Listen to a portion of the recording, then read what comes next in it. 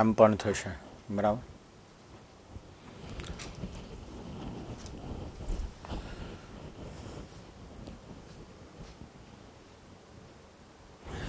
અહીંયા મુવમેન્ટ કરું તો બરાબર ને? હા.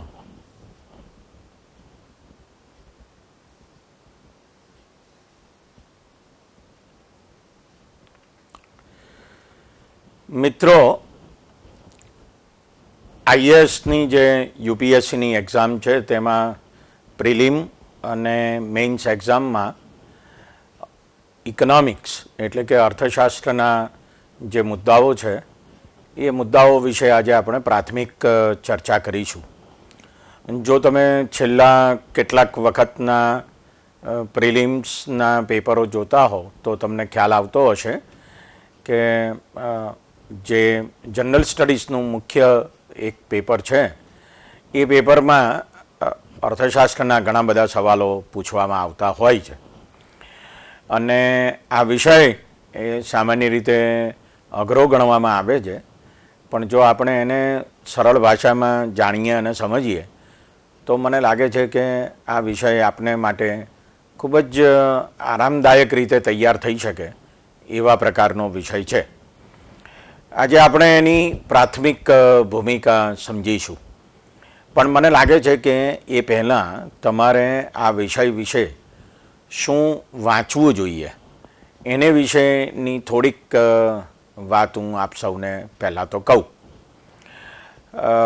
સામાન્ય રીતે આપણે જે છાપા આવતા હોય છે એ છાપાઓમાં આર્થિક સમાચારો પણ આવતા હોય છે, પણ આપણે સામાન્ય રીતે એને ટાળતા હોઈએ છીએ, એ વાંચતા હોતા નથી.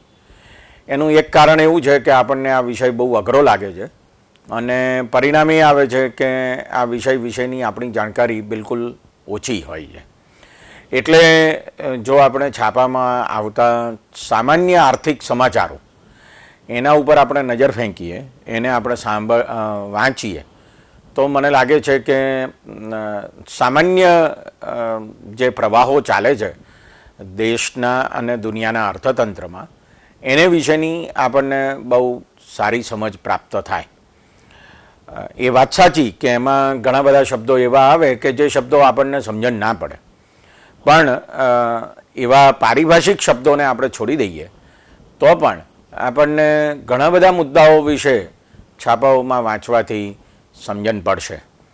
એટલે સૌ પ્રથમ તો મારું આપ સૌને એક નમ્ર નિવેદન છે કે આપ સૌ જે સામાન્ય છાપાઓ આવે છે એ છાપાઓમાં જે આર્થિક સમાચારો આવે છે એ સમાચારો વાંચવાની શરૂઆત કરો અને એમાં જે કંઈ મુદ્દાઓ તમને દેખાય છે એ મુદ્દાઓ વિશે નાનકડી નોંધ અથવા તૈયાર કરવાનું અથવા તો એમાંથી મહત્ત્વના મુદ્દાઓને ટપકાવવાનું શરૂ કરો કે જેથી જુદા જુદા વિષય વિશેની તમારી પાસેની જે નોંધ છે એ અપ ટુ ડેટ બનતી જાય. આ કામ રોજે રોજ કરવાનું કામ છે. એક બીજો અગત્યનો મુદ્દો એમાં એ પણ છે કે જે મિત્રો અંગ્રેજી વાંચી શકે છે અને સમજી શકે છે એ મિત્રોએ અંગ્રેજી છાપા પણ વાંચવા જોઈએ અને એમાં પણ જે આર્થિક સમાચારો આવે છે અથવા જે લેખો આવે છે તે પણ તમારે વાંચવા જોઈએ કે જેથી તમે એ આર્થિક આધુનિક પ્રભાવો સાથે કદમ મિલાવી શકો. પણ આ ઉપરાંત તમે સૌ જાણતા જ હશો કે કેટલાક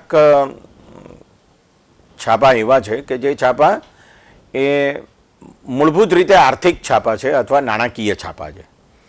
આ આર્થિક અને નાણાકીય છાપાઓ પણ તમારે વાંચવા જોઈએ અને એ Economic Times, Financial Express, Business Line, Business Standard વગેરે જે પ્રકારના છાપા છે એ પ્રકારના છાપાઓમાં પણ આપણે ખાસ કરીને રાષ્ટ્રીય અને આંતરરાષ્ટ્રીય અર્થતંત્રને લગતા છાપાઓ જો આપણે સમાચારો વાંચીએ તો એમાંથી આપણને ઘણી બધી બાબતોની સમજણ પડવાની સંભાવના રહે છે. ઓફકોર્સ એમાં તમે જે શું કહેવાય કે શેર બજારના સમાચારો છે અથવા કંપનીઓના સમાચારો છે એને તમે ચોક્કસ ટાળી શકો છો, કારણ કે એ બાબતો વિશે આપણે અત્યારે જ્ઞાન મેળવવાની કોઈ આવશ્યકતા હોતી નથી મોટે ભાગે. અને માટે એ પ્રકારના સમાચારોને ટાળી શકો છો. પણ રાષ્ટ્રીય અને આંતરરાષ્ટ્રીય અર્થતંત્રને લગતા જે સમાચારો છે એ તો તમારે ખાસ એમાં વાંચવા જોઈએ. એટલે મારી એક ખાસ વિનંતી છે કે તમે સૌ આવા છાપાઓ પણ વાંચતા રહો અને એમાંથી જે મુખ્ય મુદ્દાઓ છે એ વિષય સાથે ટપકાવતા રહો. દાખલા તરીકે ભારતમાં ગરીબીનું પ્રમાણ આટલું છે એવો કોઈક સમાચાર આવે છે તો એક ગરીબી વિશે તમારા ચોપડામાં એક અલગ પાનું રાખો, 2 પાના રાખો અને એમાં એ સમાચારમાં જે મહત્ત્વના મુદ્દા આવ્યા હોય તે તમે ટપકાવી દો. પછી ભવિષ્યમાં જ્યારે પણ ગરીબી વિશેનો કોઈ સમાચાર આવે ત્યારે એ જ પાના ઉપર તમે ફરીથી એની નોંધ કરો કે જેથી તમારી પરીક્ષા આવે ત્યાં સુધીમાં તમારી પાસે છેલ્લા 1 વર્ષના 2 વર્ષના સમાચારો તૈયાર હોય અને બધી વિગતો સાથે હોય અને એના એનાલિસિસ પણ તમને મળી શકે જો તમે એની નોંધ કરી હોય તો. આપણે સૌ જાણીએ છીએ કે અર્થતંત્ર એ પ્રવાહી બાબત છે. આ કોઈ ઐતિહાસિક બાબત નથી કે જેમાં જે તથ્યો છે એમાં કોઈ તફાવત ઊભો થતો નથી. દાખલા તરીકે 15 ઓગસ્ટ 1947ના રોજ દેશ આઝાદ થયો તો એનો અર્થ એવો થયો કે 15 ઓગસ્ટ 1947ના રોજ જ દેશ આઝાદ થાય. એ 12, 13 ઓગસ્ટ કે 14 ઓગસ્ટના રોજ દેશ આઝાદ થઈ ના શકે. એટલે આવા જે ઐતિહાસિક તથ્યો છે એ તથ્યોની જેમ અર્થતંત્રમાં જે વિગતો છે એ બધી પ્રવાહી વિગતો છે એ ઐતિહાસિક તથ્યો જેવી જડબે સલાક હોતી નથી. એટલે આપ સૌએ સતત જે કંઈ બની રહ્યું છે એનાથી માહિતગાર થવું જ પડે, રહેવું જ પડે.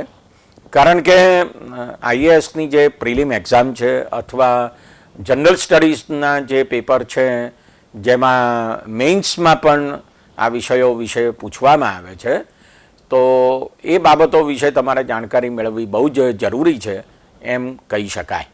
એટલે આપ સૌ આને ગંભીરતાથી લઈને દરરોજ છાપા વાંચો અને દરરોજ આર્થિક બાબતો વિશેની નોંધ તૈયાર કરો. એ મને લાગે છે કે બહુ જ આવશ્યક બાબત છે. આ તો થઈ છાપાઓની બાબત, પણ એની સાથે સાથે કેટલાક સામયિકો છે જે સામયિકો તમારે વાંચવા જોઈએ. ભારત સરકારનું એક મેગેઝિન છે યોજના, એ હિન્દી અને અંગ્રેજીમાં પ્રકાશિત થાય છે, એ ગુજરાતીમાં પણ પ્રકાશિત થાય છે. તો આ મેગેઝિન તમારે ચોક્કસ વાંચવું જોઈએ. તમે જ્યાં હશો ત્યાં જે લાઇબ્રેરીઓ છે એ લાઇબ્રેરીઓમાં આ મેગેઝિન આવતું હશે. એમાં ભારત સરકારની યોજનાઓ, ભારતના અર્થતંત્રની પરિસ્થિતિ અને એનું વિશ્લેષણ વગેરે વિશે બહુ વિગતે લેખો આવે છે અને તમારે એમાંથી પણ નોંધો તૈયાર કરવી જોઈએ. આ ઉપરાંત જે ગુજરાતી મેગેઝિનો છે એમાં એક અર્થસંકલન કરીને મેગેઝિન છે, એક આર્થિક વિકાસ કરીને મેગેઝિન છે. આ બંને પણ તમારે વાંચવા જોઈએ અને એમ કરવાથી તમે આધુનિક પ્રવાહો સાથે મજબૂત રીતે આગળ વધી શકશો એવું મને લાગે છે. આ ઉપરાંત અંગ્રેજીમાં ભારતનું બહુ જાણીતું મેગેઝિન છે EPW, economic and political weekly. એમાં શરૂઆતમાં જે તંત્રી લેખો લખવામાં આવે છે એ તો તમારે ખાસ વાંચવા જોઈએ, કારણ કે એ રાષ્ટ્રીય અને આંતરરાષ્ટ્રીય રાજકારણ અને રાષ્ટ્રીય તથા આંતરરાષ્ટ્રીય અર્થકારણ આ બંને સાથે સંબંધિત એવા લેખો હોય છે. અંદર જે લેખો આવે છે એ ઘણા બધા એનાલિટિકલ હોય છે અને થોડાક અઘરા હોય છે. એટલે એમાં આપને જેટલું સમજણ પડે તેટલું આપ સૌ વાંચી શકો છો અને સાથે સાથે એમાંથી પણ નોંધો કરી શકો છો.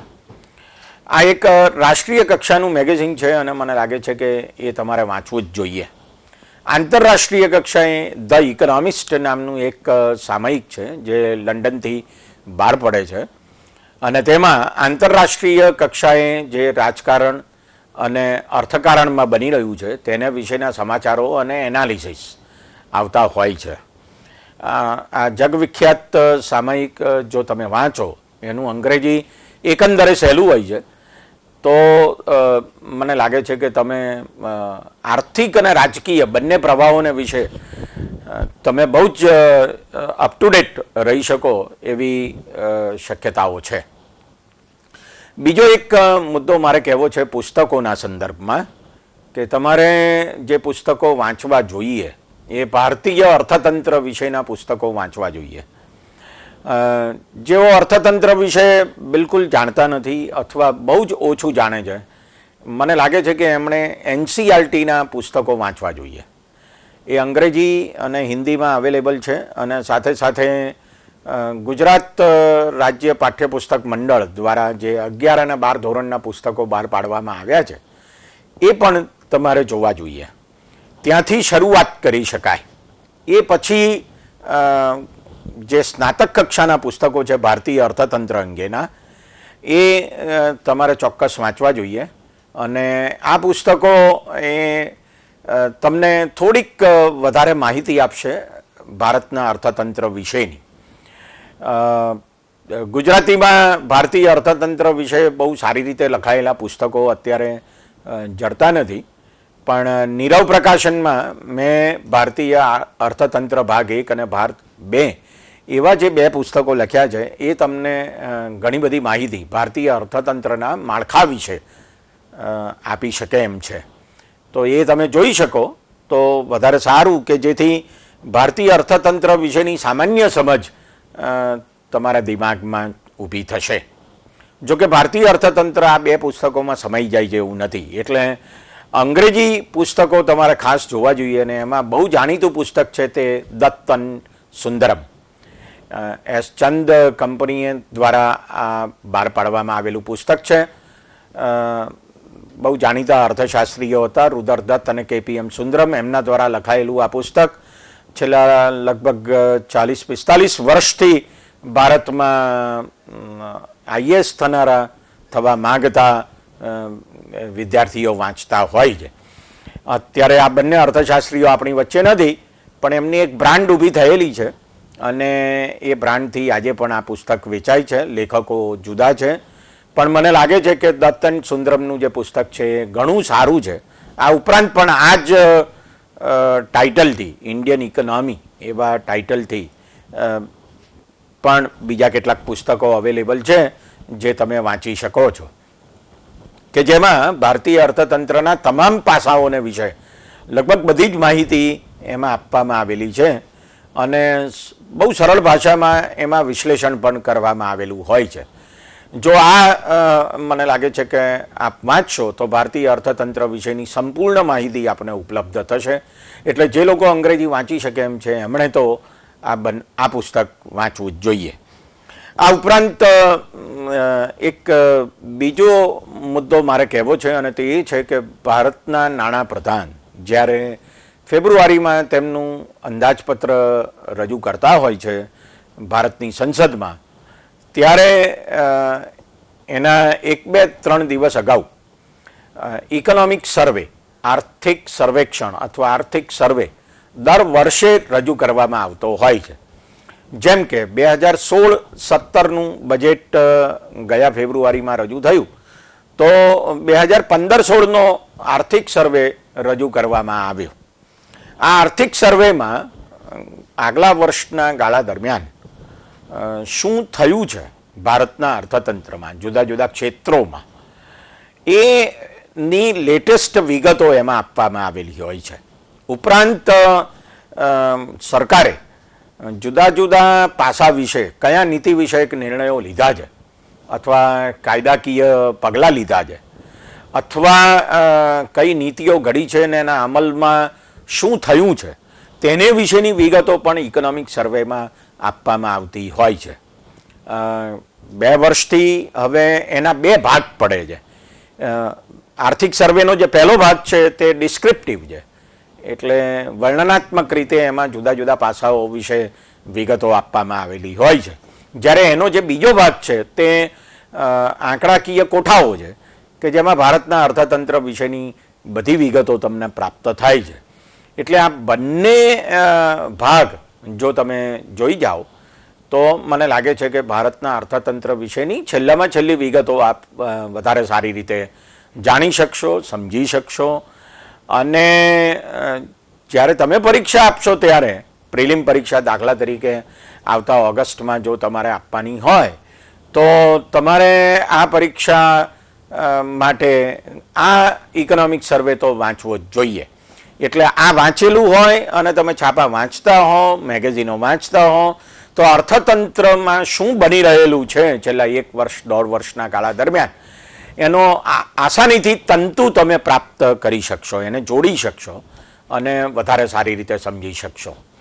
તો અંગ્રેજીમાં આ 2 પુસ્તકો, Indian economy by Datt and Sundaram અને ઇકોનોમિક સર્વે, એ બંને વધારે સારી રીતે જો વાંચી શકાય, સમજી શકાય, તો મને લાગે છે કે ભારતીય અર્થતંત્ર વિશેની બધી વિગતોને તમે વધારે સારી રીતે સમજી શકશો અને સારી રીતે તમે જવાબો પણ આપી શકશો. મને લાગે છે કે આટલું તો તમારે લઘુત્તમ વાંચવું જોઈએ, ઓછામાં ઓછું આટલું વાંચવું જોઈએ. આનાથી વધારે પણ જો તમે વાંચી શકો અને સમજી શકો તો ઘણી સારી બાબત છે. પણ અર્થતંત્રના બધા પાસાઓને લગતી ચર્ચા દત્ત અને સુંદરમના પુસ્તકમાં અને ઇકોનોમિક સર્વેમાં કરવામાં આવતી હોય છે. મને લાગે છે કે આપણે જે આપણો અભ્યાસક્રમ છે, જે આપણી પાસેથી અપેક્ષિત છે પરીક્ષાના સંદર્ભમાં કે આપણે આટલું તો જાણવું જ જોઈએ, એ સંદર્ભમાં જે બધા મુદ્દાઓની ચર્ચા છે એ આપણે કરવાની છે અને એની સમજ આપણે કેળવવાની છે. મિત્રો, એક બાબત તમે જરા ખાસ ધ્યાનમાં રાખજો. આપણે અર્થશાસ્ત્ર ભણવાનું નથી, આપણે અર્થતંત્ર ભણવાનું છે. અર્થશાસ્ત્ર અને અર્થતંત્ર આ 2 વચ્ચે તફાવત છે. અર્થશાસ્ત્રનો અર્થ એવો છે કે જે આર્થિક વ્યવહારો અંગેના સિદ્ધાંતો બતાવે છે. દાખલા તરીકે આપણે એમ કહીએ કે ભાવ વધે તો માંગ ઘટે છે અને એનાથી ઊંધું, ભાવ ઘટે તો માંગ વધે છે. આ અર્થશાસ્ત્રના સિદ્ધાંતમાં પ્રતિપાદિત કરવામાં આવેલી બાબત છે, જેને માંગના નિયમ તરીકે ઓળખવામાં આવે છે. આવા અનેક સિદ્ધાંતો અર્થશાસ્ત્રમાં આપવામાં આવેલા છે. હવે આ સિદ્ધાંતો પણ મનુષ્યો, સમાજો, દેશો વચ્ચેના વ્યવહારોમાંથી જ અર્થશાસ્ત્રીઓએ તારવેલા છે. પણ આપણે આ સિદ્ધાંતો ઝાઝા સમજવાના નથી. આપણે જે સમજવાનું છે તે અર્થતંત્ર સમજવાનું છે. એટલે કે અર્થતંત્ર કેવી રીતે ચાલે છે, અર્થતંત્રમાં કેવી રીતે ઉત્પાદન થાય છે, કેવી રીતે વિતરણ થાય છે, કેવી રીતે ભાવો નક્કી થાય છે, સરકાર કેવી રીતે કામ કરે છે, બેન્કો કેવી રીતે કામ કરે છે અને અર્થતંત્રની ઘણી બધી સમસ્યાઓ કઈ કઈ છે, એ સમસ્યાઓને ઉકેલવાને માટે કેવા પ્રકારની નીતિઓ ઘડવામાં આવે છે અને આ નીતિઓની અસરો શું થાય છે, આવી બધી બાબતો વિશે આપણે ભણવાનું છે. અર્થશાસ્ત્રના થોડાક સિદ્ધાંતો આપણે સમજવા જોઈએ, એ આપણે સમજીશું. પણ આપણો ઈરાદો અર્થશાસ્ત્રના સિદ્ધાંતો સમજવાનો નથી, પણ આપણે અર્થતંત્રને સમજવાની કોશિશ કરવાની છે. એ અર્થતંત્રને સમજવા માટે આપણે જેટલા સિદ્ધાંતોને સમજવા પડશે એટલા સિદ્ધાંતોને આપણે ચોક્કસ સમજીશું. પણ આપણે એમાં બહુ ઊંડા ઉતરવાનું છે એવું નથી. એટલે એ દ્રષ્ટિએ મને લાગે છે કે આપણે અર્થતંત્ર ઉપર વિશેષ ધ્યાન આપવાનું છે, અર્થશાસ્ત્ર ઉપર નહીં. એટલે આપ જે પુસ્તકો વાંચો, એ પુસ્તકો અથવા જે મેગેઝિનો વાંચો, છાપાઓ વાંચો, એમાં અર્થતંત્ર ઉપર વિશેષ ધ્યાન કેન્દ્રિત કરવાનું રાખજો કે જેથી અર્થતંત્રના વ્યવહારો જે દેશમાં અને દુનિયામાં ચાલે છે એને આસાનીથી સમજી શકાય.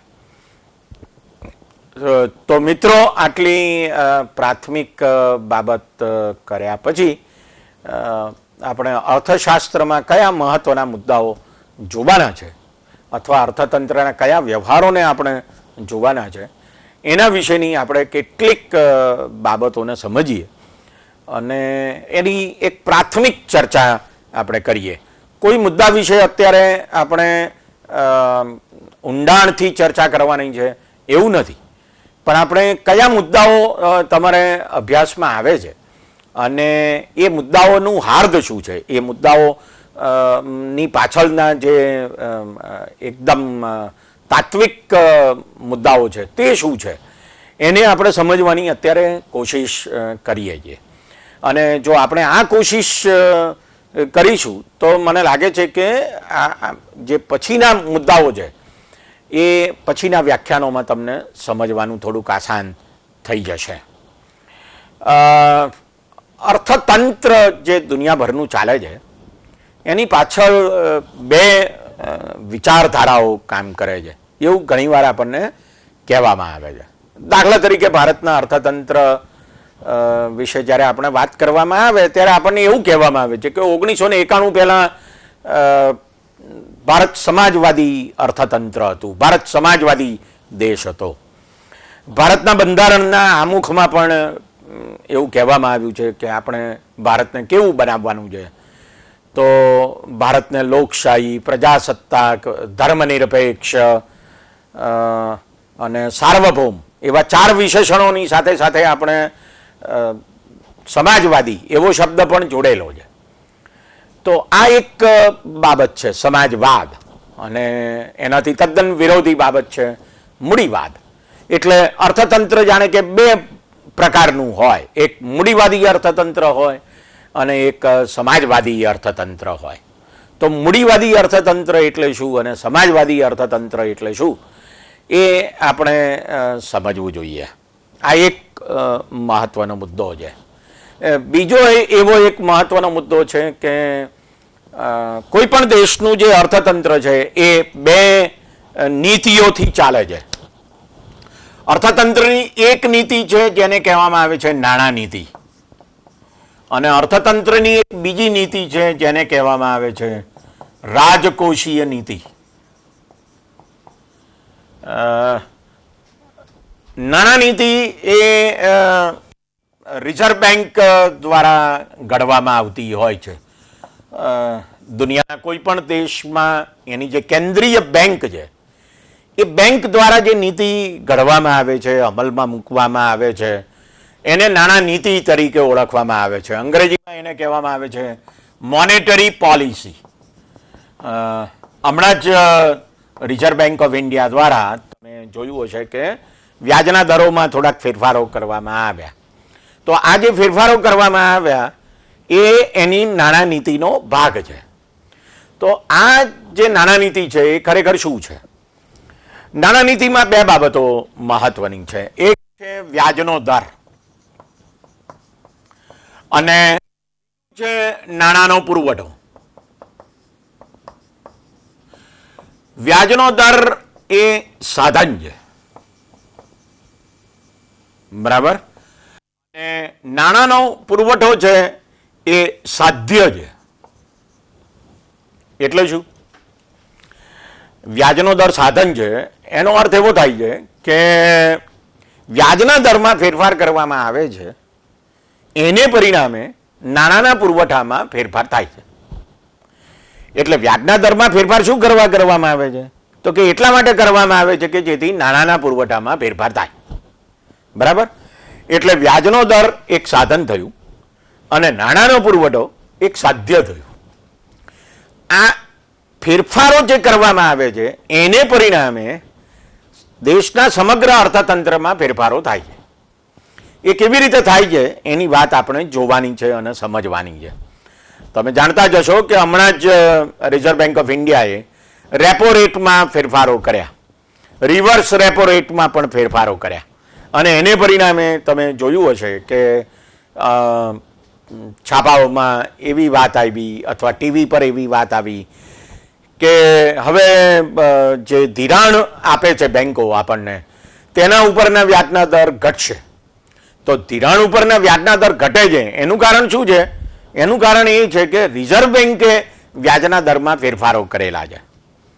તો રિઝર્વ બેંક આ બધું શા માટે કરે છે અને એના હેતુઓ શું છે એ બાબતો આપણે સમજીએ તો આપણને રિઝર્વ બેંકની જે ભૂમિકા છે દેશના અર્થતંત્રના સંદર્ભમાં એની આપણને સમજણ પડે છે. નાણાં નીતિ એ રીતે વ્યાજના દરમાં અને એને પરિણામે નાણાંના પુરવઠામાં ફેરફાર કરવા માટેની નીતિ છે અને દેશનું અર્થતંત્ર એનાથી ચાલે છે. એવી જ એક બીજી નીતિ છે રાજકોષીય નીતિ. આ રાજકોષીય નીતિને અંગ્રેજીમાં કહેવામાં આવે છે ફિસ્કલ પોલિસી. રાજકોષ, બરાબર, રાજ એટલે રાજ્ય સરકાર અને કોષ એટલે રાજ્યની તિજોરી. રાજ્યની તિજોરીમાં ફેરફાર કરવા માટેની નીતિ. રાજ્યની તિજોરીમાં ફેરફાર કરવા માટેની નીતિનો અર્થ શું થયો? રાજ્યની તિજોરીમાં ફેરફાર કેવી રીતે થાય છે? તો રાજ્યની તિજોરીમાં ફેરફાર થાય જ્યારે કશુંક આવે છે અથવા કશુંક જાય છે. રાજ્યની તિજોરીમાં કશુંક આવે છે એનો અર્થ એ થયો કે એ આવક છે, અને રાજ્યની તિજોરીમાંથી કશુંક જાય છે ત્યારે એનો અર્થ એવો થયો કે એ ખર્ચ છે. એટલે એનો અર્થ એવો થયો કે રાજકોષમાં જે ફેરફાર થાય છે એ બે બાબતે ફેરફાર થાય છે. એક આવક આવે છે અને ખર્ચ થાય છે. એટલે રાજકોષીય નીતિનો અર્થ એવો થયો કે સરકારની આવક અને સરકારનું ખર્ચ એને અંગેની જે નીતિ છે એ રાજકોષીય નીતિ છે. હવે આ નીતિ આપણને શામાં જાણવા મળે છે? તો એ આપણને બજેટમાં જાણવા મળે છે. એટલે જો મિત્રો તમે ભારત સરકારનું જે બજેટ છે 2016-17નું એટલે ચાલુ વર્ષનું, જે ગઈ 29મી ફેબ્રુઆરીએ રજૂ થયું છે, એ બજેટ વિશેની બધી વિગતો તમે મેળવો. અને જો તમારા ઘરમાં હવે છાપું ના હોય, એ જૂનું છાપું તો ક્યાંકથી મેળવી લો. અને જો એમ ન હોય તો તમે નેટ ઉપર જુઓ કે જેમાં નાણાપ્રધાનનું પ્રવચન તમને પ્રાપ્ત થશે. સાથે સાથે જે બજેટ અંગેની વિગતો છે એ પણ તમને એમાંથી પ્રાપ્ત થશે. બજેટ શું બતાવે છે? સરકાર ક્યાં ક્યાંથી આવક કરે છે અને ક્યાં ક્યાં ખર્ચ કરે છે, એ બધી બાબતો તમને બજેટમાંથી જાણવા મળે છે. એનો અર્થ એવો થયો કે સરકાર આવક કરે છે એ કરવેરામાંથી કરે છે, એ કરવેરા સિવાયની બાબતો છે એમાંથી પણ સરકારને આવક થાય છે. સરકાર દેવું પણ કરે છે, સરકાર પોતાની કંપનીઓની મૂડી વેચે પણ છે. આ બધી એની આવકો છે. તો એ ક્યાંથી આવક ભેગી કરે છે, કેટલા પ્રમાણમાં ભેગી કરે છે, અને સરકાર ક્યાં ખર્ચ કરે છે. એટલે સરકાર પોતાના કર્મચારીઓના પગાર અને પેન્શન માટે ખર્ચ કરે છે, ઉપરાંત સંરક્ષણ માટે ખર્ચ કરે છે, ઉપરાંત સરકાર છે તે જુદી જુદી યોજનાઓ છે એને માટે ખર્ચ કરે છે. તો આ બધું જે સરકારનું ખર્ચ છે એ ઘણી બાબતો માટે થાય છે. અત્યારે 12મી પંચવર્ષીય યોજના ચાલે છે જે 2017માં પૂરી થવાની છે. આ યોજનામાં જે કંઈ આયોજન થયેલું છે એના માટે પણ સરકાર ખર્ચ કરે છે. તો સરકારના આ પ્રકારના ખર્ચ એ સરકારની નીતિનો એક ભાગ છે. કોઈ એક બાબત માટે સરકાર વધારે ખર્ચ કરે છે અને કોઈ એક બાબત માટે સરકાર ઓછું ખર્ચ કરે છે. એ એમ બતાવે છે કે સરકાર કેવી નીતિ અર્થતંત્રના સંદર્ભમાં અપનાવી રહી છે. એટલે મિત્રો તમારે એ જોવું જોઈએ કે સરકાર કઈ બાબતો માટે ખર્ચ કરી રહી છે. દાખલા તરીકે ભારત સરકારે આ વર્ષના અંદાજપત્રમાં ગ્રામ વિકાસ એટલે કે રૂરલ ડેવલપમેન્ટ ઉપર વિશેષ ભાર મૂક્યો છે. વધારે ખર્ચ કરવાનું આયોજન કરેલું છે. તો એનો અર્થ એવો થયો કે સરકારની રાજકોષીય નીતિ એ ગ્રામ વિકાસ તરફ વધારે ઢળેલી છે એમ આપણે કહી શકીએ. એટલે મારો કહેવાનો મુદ્દો એ છે કે સરકારની નીતિ એ રાજકોષીય નીતિ છે, રિઝર્વ બેંકની નીતિ એ નાણાં નીતિ છે, અને આ બે નીતિઓ દ્વારા કોઈ પણ દેશનું અર્થતંત્ર ચાલે છે. માત્ર ભારતનું નહીં, દુનિયાના બધા જ દેશોનું અર્થતંત્ર એ દેશની કેન્દ્રીય બેંકની નાણાં નીતિ અને એ દેશની સરકારની રાજકોષીય નીતિ દ્વારા ચાલતું હોય છે. બરાબર? આ નીતિ બંને સ્વતંત્ર રીતે ઘડે છે અથવા તો સરકાર કેન્દ્રીય બેંક ઉપર પ્રભાવ પાડે છે અથવા કેન્દ્રીય બેંકની સલાહ માનીને સરકાર પોતાની રાજકોષીય નીતિમાં પણ ફેરફાર કરતી હોય છે. ભારતમાં રિઝર્વ બેંક ખાસી સ્વાયત્ત છે, ખાસી સ્વતંત્ર છે, અને એને પરિણામે રિઝર્વ બેંક પોતાની રીતે પણ અનેક નિર્ણયો લે છે જે દેશની પ્રાસંગિક પરિસ્થિતિને અનુકૂળ હોય તે. તો આ બાબતો આપણે અર્થતંત્રના સંદર્ભમાં સમજવાની છે અને મને લાગે છે કે જો આપણે આ બે નીતિઓને સમજીએ તો સમગ્ર અર્થતંત્ર આપણને સમજાઈ શકે. એનું કારણ એ છે કે અહીંયા નાણાંના પુરવઠામાં ફેરફાર થાય છે, બરાબર. અને નાણાંનો પુરવઠો એટલે શું? તો કે નાણાંનો પુરવઠો એટલે સામાન્ય રીતે લોકો પાસે, બેંકો પાસે, સરકાર પાસે, પછી બીજી સંસ્થાઓ પાસે જે કંઈ નાણું છે આ બધા નાણાંનો સરવાળો કરો એટલે નાણાંનો પુરવઠો કે જે લોકો વાપરે છે. અને એક માણસ વાપરે છે તો બીજાને એની આવક થાય છે. દાખલા તરીકે હું આ પેન ખરીદું છું તો એનો અર્થ એવો થયો કે પેન વેચનારાને અને પેન ઉત્પન્ન કરનારાને એની આવક થાય છે. મારું ખર્ચ છે એ એની આવક છે. તો આ આવક અને ખર્ચનો જે આખો પ્રવાહ ચાલે છે, બરાબર, એ પ્રવાહ ઉપર આ બંને નીતિઓ અસર કરે છે. અને એ જે અસર થાય છે એ અસરથી જ દેશનું અર્થતંત્ર અને દુનિયાનું અર્થતંત્ર ચાલે છે. એટલે મિત્રો આપણે આ બે નીતિઓને આપણે બરાબર સમજવાની છે. હવે જ્યારે નાણાંનો પુરવઠો એવો શબ્દ વાપરીએ એટલે શું થાય? તો એને આપણે કહીએ ચલણ. દાખલા તરીકે ભારતનું ચલણ છે રૂપિયો, પાકિસ્તાનનું ચલણ છે રૂપિયો, નેપાળનું ચલણ છે રૂપિયો, ઇન્ડોનેશિયાનું છે રૂપિયા, અમેરિકાનો છે ડોલર, ચાઇનાનો છે યુઆન, જાપાનનો યેન, રશિયાનો રૂબલ. તો આવા દરેક દેશનું ચલણ છે. હવે જેમ આ પેનનો વેપાર થાય છે એમ આ ચલણોનો પણ વેપાર, બરાબર. આ આખી બાબત નાણાં નીતિ સાથે સંકળાયેલી છે એટલે આપણે એને સમજવાની જરૂર પડે છે. ચલણોનો વેપાર કેવી રીતે થાય છે? દાખલા તરીકે આ પેન ભારતમાં ઉત્પન્ન થઈ હોય અને હું જાપાનમાં એની નિકાસ કરું તો એનો અર્થ એવો થયો કે મેં જાપાનમાં આ પેન વેચી. તો જાપાન મને ડોલર આપશે અથવા જાપાનનું પોતાનું ચલણ છે યેન. જો મારે એ યેન જોઈતા હશે તો એ મને આપશે જો સરકાર મને મંજૂરી આપે તો. દુનિયાનો અત્યારનો મોટાભાગનો વેપાર એ અમેરિકન ડોલરમાં થાય છે. તો હું આજ પેન જાપાનમાં વેચું તો મને ડોલર મળે. એ ડોલર, $1 બરાબર કેટલા રૂપિયા, એને કહેવાય ચલણનો વેપાર. એટલે આપણે $1 બરાબર અત્યારે દાખલા તરીકે 67 રૂપિયાની આસપાસનો એનો ભાવ છે. તો એનો અર્થ એ થયો કે આને કહેવાય વિનિમયનો દર, બરાબર. જો એક્સચેન્જ રેટ, તો આ વિનિમય દર કેવી રીતે નક્કી થાય છે એ પણ આપણે સમજવાનું છે. કારણ કે ચલણોના વેપાર ઉપર પણ દુનિયાના અર્થતંત્રનો ઘણો મોટો આધાર છે. દેશ આઝાદ થયો ત્યારે $1 બરાબર લગભગ 2.5 રૂપિયા હતા. તો સમજવાનું એ છે કે શા માટે 2.5 રૂપિયાના 67 રૂપિયા થઈ ગયા. અથવા મે 2014માં જ્યારે આ નવી સરકાર આવી ત્યારે $1 બરાબર લગભગ 58 રૂપિયા હતા. તો 58 રૂપિયાના શા માટે 67 રૂપિયા થઈ ગયા? આ જે થાય છે એને શું કહેવાય? એને કહેવાય અવમૂલ્યન. અને આ જે અવમૂલ્યન છે, રૂપિયાનું અવમૂલ્યન અથવા ડોલરનું ઉર્ધ્વ મૂલ્યન, તો આ અવમૂલ્યન અને ઉર્ધ્વ મૂલ્યન એ પણ રિઝર્વ બેંકની નાણાં નીતિથી અસર પામે છે.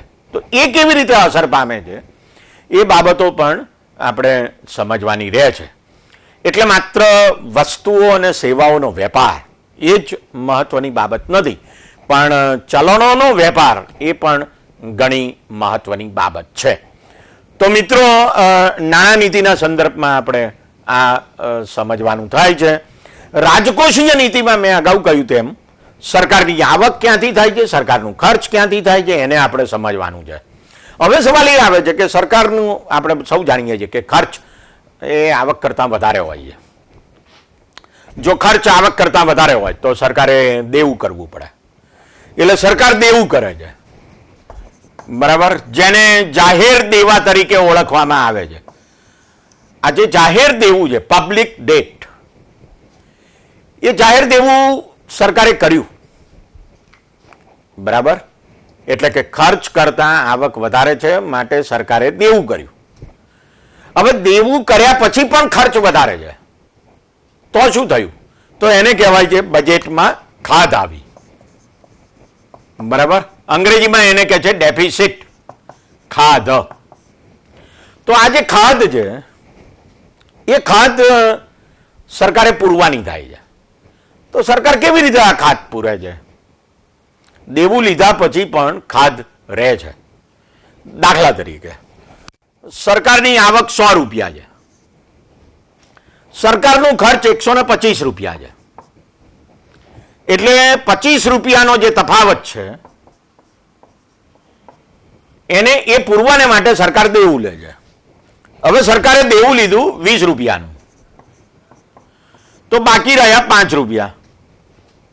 આ 5 રૂપિયાને ખાધ કહેવાય. આ ખાધ એ કેવી રીતે પૂરે છે?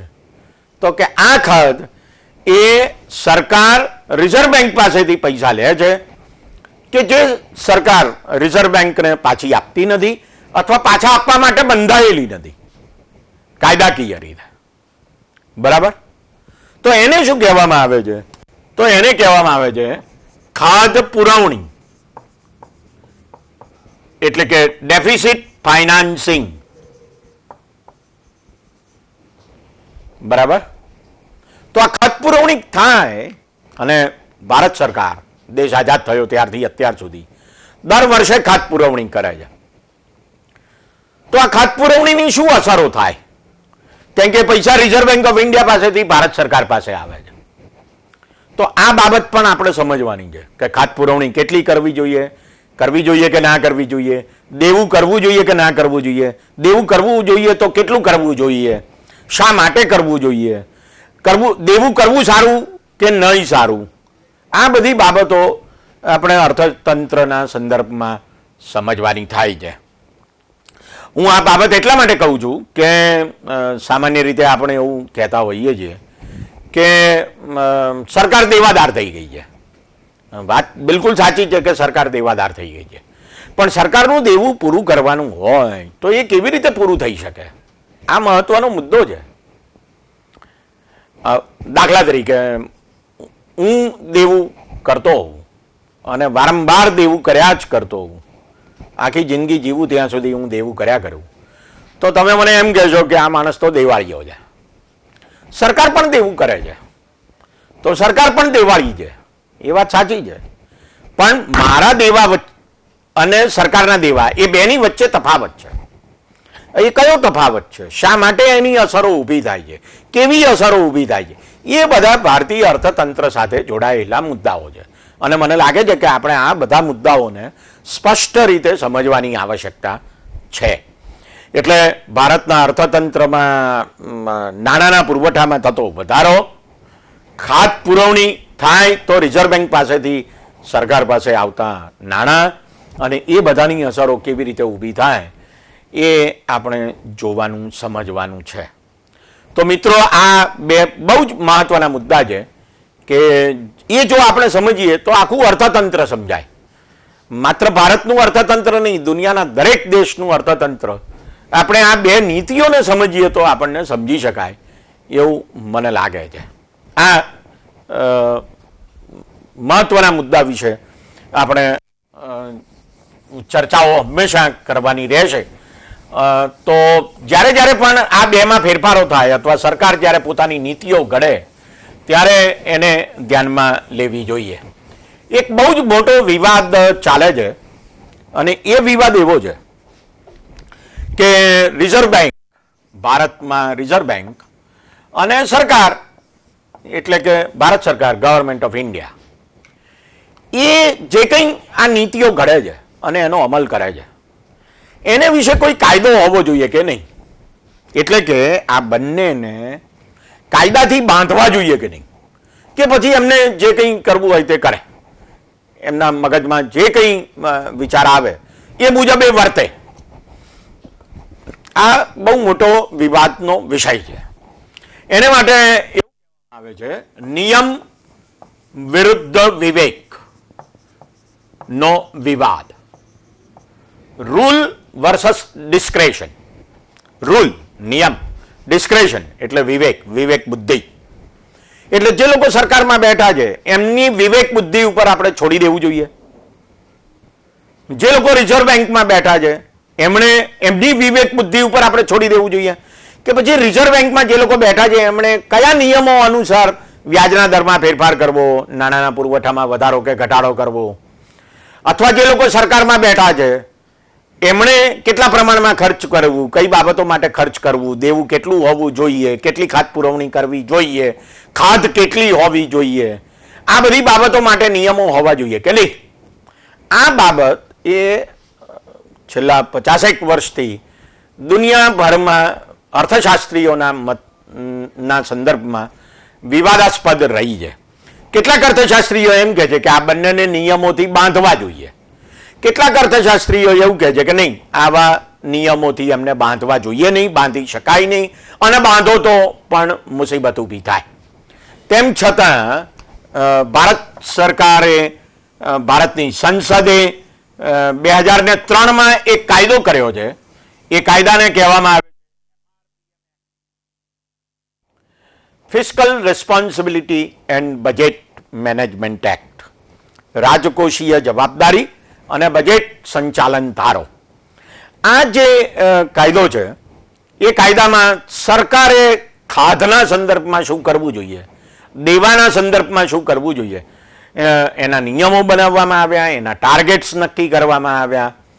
જો કે આ નિયમો અને ટાર્ગેટ્સ મુજબ સરકારે કામ કર્યું જ અથવા એ કરી શકી એવું નથી, તો પછી કેમ ના કરી શકી, શા માટે ના કરી શકી, વગેરે બાબતો આપણે સમજવાની રહે છે.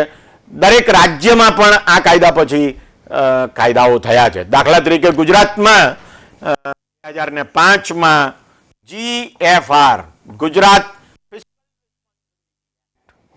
ગુજરાત રાજકોષીય જવાબદારી ધારો, આ નામનો એક કાયદો કરવામાં આવેલો છે. એટલે મિત્રો આપણે પેલી જે બંને નીતિઓ છે એ બંને નીતિઓને આપણે આ એક કાનૂની સંદર્ભ સાથે પણ સમજવાની રહે છે. તો મિત્રો આ બે મહત્વના મુદ્દાઓ થયા કે જે મૂળભૂત રીતે અર્થતંત્રની બે મોટી સંસ્થાઓ સાથે સંબંધિત છે. આ ઉપરાંત જે બે મુદ્દાઓ છે તે મુદ્દાઓ બહુ સામાન્ય શબ્દો છે. એક છે ફુગાવો અને બીજું છે મંદી.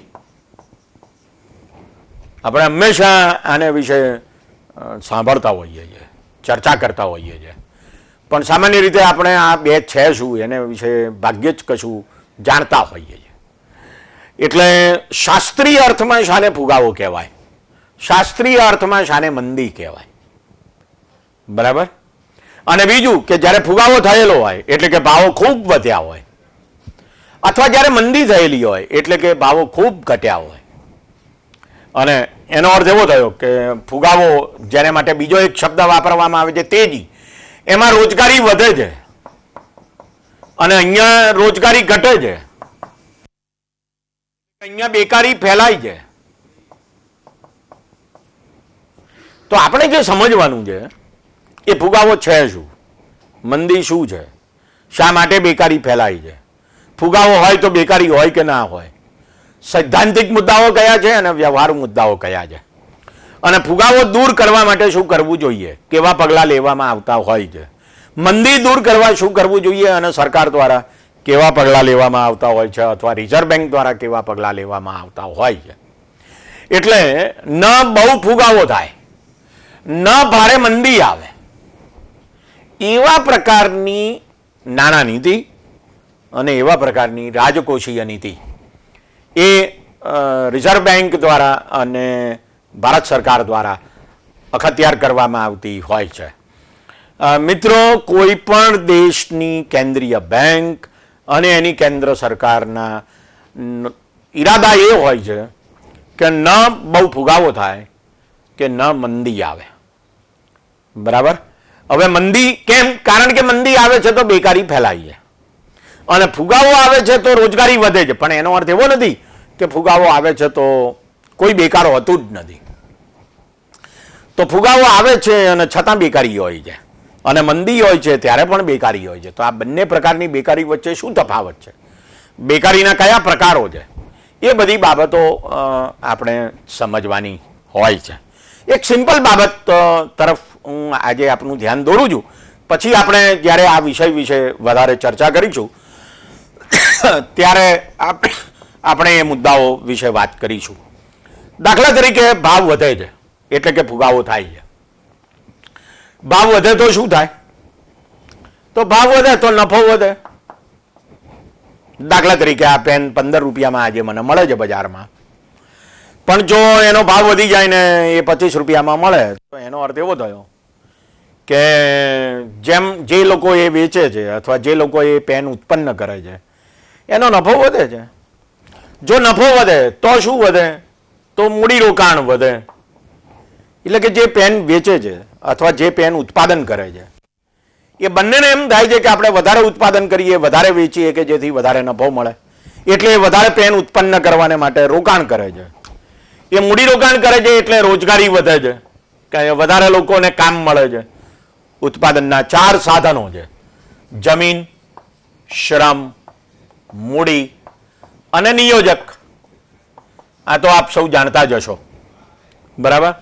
તો લેન્ડ, લેબર, કેપિટલ અને એન્ટરપ્રિન્યોર, આ 4 ઉત્પાદનના સાધનો છે કે જેમને રોજગારી મળે જો મૂડીરોકાણ થાય તો, બરાબર?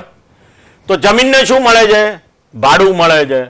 આ અર્થશાસ્ત્રમાં આવતા સિદ્ધાંતોની વાત છે. શ્રમને શું મળે છે? વેતન મળે છે. મૂડીને શું મળે છે? વ્યાજ મળે છે. અને નિયોજકને શું મળે છે? નફો મળે છે, બરાબર? એટલે જમીનને ભાડું, શ્રમને વેતન, મૂડીને વ્યાજ, નિયોજકને નફો, એમ વળતર મળે છે ઉત્પાદનના 4 સાધનોને. તો રોકાણ થયું, રોજગારી મળી. રોજગારી મળી એટલે આવક ઊભી થઈ. એ કઈ આવક છે? આ ભાડું, વેતન, વ્યાજ અને નફો, એ 4 આવક છે. જેમને પણ આવક મળે છે એ લોકો શું કરે છે? એ ડિમાન્ડ ઊભી કરે છે, માંગ ઊભી કરે છે બજારમાં.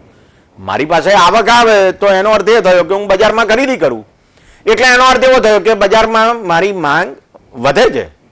અને જો મારી માંગ વધે તો ભાવ વધે છે, બરાબર? જુઓ તમે, આ બરાબર સમજો. શું થાય છે? ભાવ વધે છે તો નફો વધે છે, નફો વધે છે તો રોકાણ વધે છે, મૂડી રોકાણ વધે છે તો રોજગારી વધે છે. રોજગારી કોને મળે છે? જમીન, શ્રમ, મૂડી અને નિયોજક, આ ચારેયને રોજગારી મળે છે. આ રોજગારી મળે છે એટલે આવક વધે છે. કોની આવક વધે છે? જમીન, શ્રમ, મૂડી અને નિયોજકની આવક વધે છે. એ કઈ આવક છે? તો કે ભાડું, વેતન, વ્યાજ અને નફો, એ એમની આવક છે. તો આ આવક વધે એટલે આ બધા શું કરે? ડિમાન્ડ બજારમાં ઊભી કરે. બજારમાં ડિમાન્ડ ઊભી થાય તો ભાવ ઓર વધે. એટલે ભાવ વધે, નફો વધે, રોકાણ વધે, રોજગારી વધે, આવક વધે, આવક વધે તો માંગ વધે, વળી પાછા ભાવ વધે. આવું ચક્ર ચાલ્યા કરે. આને શું કહેવાય? આને કહેવાય ફુગાવો. બરાબર આવું એનાથી ઊંધું એટલે કે ભાવ ઘટે, નફો ઘટે. નફો ઘટે તો રોકાણ ઘટે, રોકાણ ઘટે તો રોજગારી ઘટે, રોજગારી ઘટે તો આવક ઘટે, આવક ઘટે તો માંગ ઘટે અને તો ભાવ ઓર ઘટે. આવું ભાવ ઘટાડાનું ચક્ર ચાલે, બરાબર? તો એને શું કહેવાય? મંદી કહેવાય. તો આ ફુગાવો અને મંદી એ અર્થતંત્રમાં વારંવાર આવ્યા કરતા હોય છે. આપણે સૌ જાણીએ છીએ કેટલીક વાર ફુગાવો થાય છે, કેટલીક વાર મંદી આવે છે. હમણાં જ 2008-10ના ગાળા દરમિયાન સમગ્ર દુનિયામાં, અમેરિકામાં મંદી આવી એટલે સમગ્ર દુનિયામાં એની અસરો થઈ. ભારતમાં પણ ખાસી અસર ભારતના બજારો ઉપર થઈ હતી, બરાબર? પછી યુરોપમાં પણ મંદીનું વાતાવરણ ફેલાયું ગ્રીસના કારણે, ગ્રીસમાં જે મુસીબત ઊભી થઈ એના કારણે. તો બરાબર મિત્રો, આ મુદ્દાઓ આપણે સમજવાના છે. ફુગાવો એટલે શું, મંદી એટલે શું, એમાં પછી કઈ કઈ બાબતોમાં ફેરફારો થાય, એના અર્થો શું છે, જુદા જુદા ફુગાવાના પ્રકારો શું છે, બરાબર? આ બધી બાબતો આપણે સમજીશું તો મને લાગે છે કે આપણે વધારે સારી રીતે અર્થતંત્રને સમજી શકીશું. યાદ રાખો બરાબર કે નાણાં નીતિ અને રાજકોષીય નીતિ એમાં જે કંઈ ફેરફારો કરવામાં આવે છે એ બધા ફેરફારોની અસર એ ફુગાવા ઉપર પણ થાય છે અને મંદી ઉપર પણ થાય છે. દાખલા તરીકે સરકારે એક્સાઇઝ ડ્યુટી વધારે, હમણાં દાખલા તરીકે સરકારે આ બજેટમાં સોના ઉપરની એક્સાઇઝ ડ્યુટી વધારી, જ્વેલર્સ એટલે બધા ઝવેરીઓએ હડતાલ પાડી, સોનીઓએ હડતાલ પાડી, તમે જાણતા હશો, બરાબર? તો જે હડતાલ પાડી તે શાને કારણે પાડી? ભારત સરકારે 1% જેટલી એક્સાઇઝ ડ્યુટી નાખી સોનીઓ ઉપર, સોનાના ઘરેણાના ઉત્પાદન ઉપર. તો એનો અર્થ એવો થયો કે ઘરેણા મોંઘા થવાના, બરાબર? હવે સવાલ એ આવે છે કે એ કેટલા મોંઘા થવાના, અને મોંઘા થશે તો એની અસર એ ઘરેણાની માંગ ઉપર પડશે કે કેમ? આ મુદ્દાઓ બહુ અગત્યના છે, બરાબર? તો એને આપણે સમજવાના છે ફુગાવાના સંદર્ભમાં અને મંદીના સંદર્ભમાં.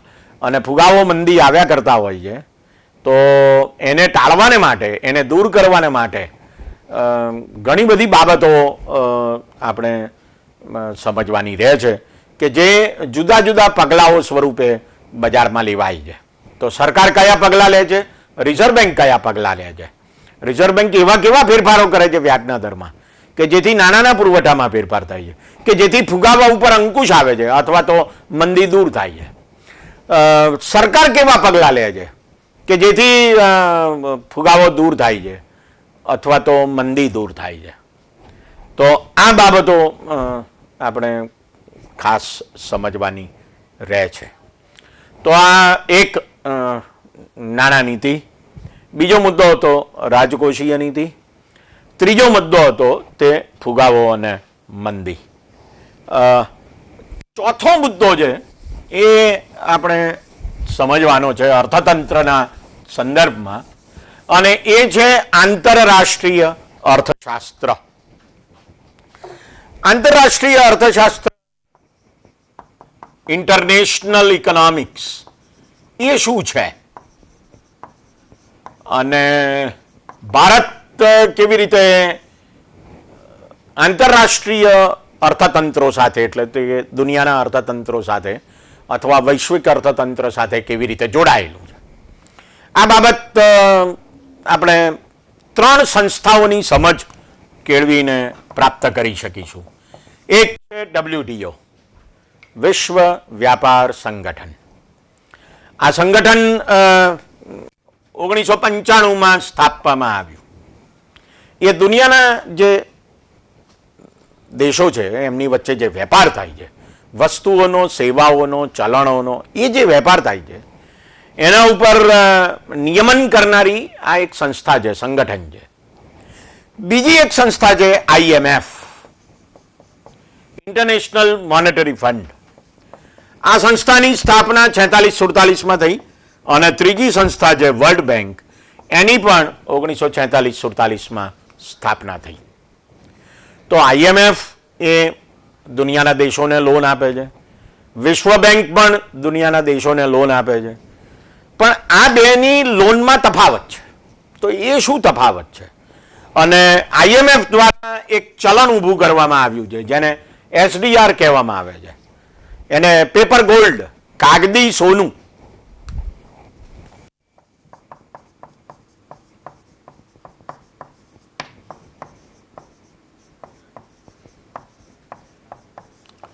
તો આ કાગદી સોનું શું છે?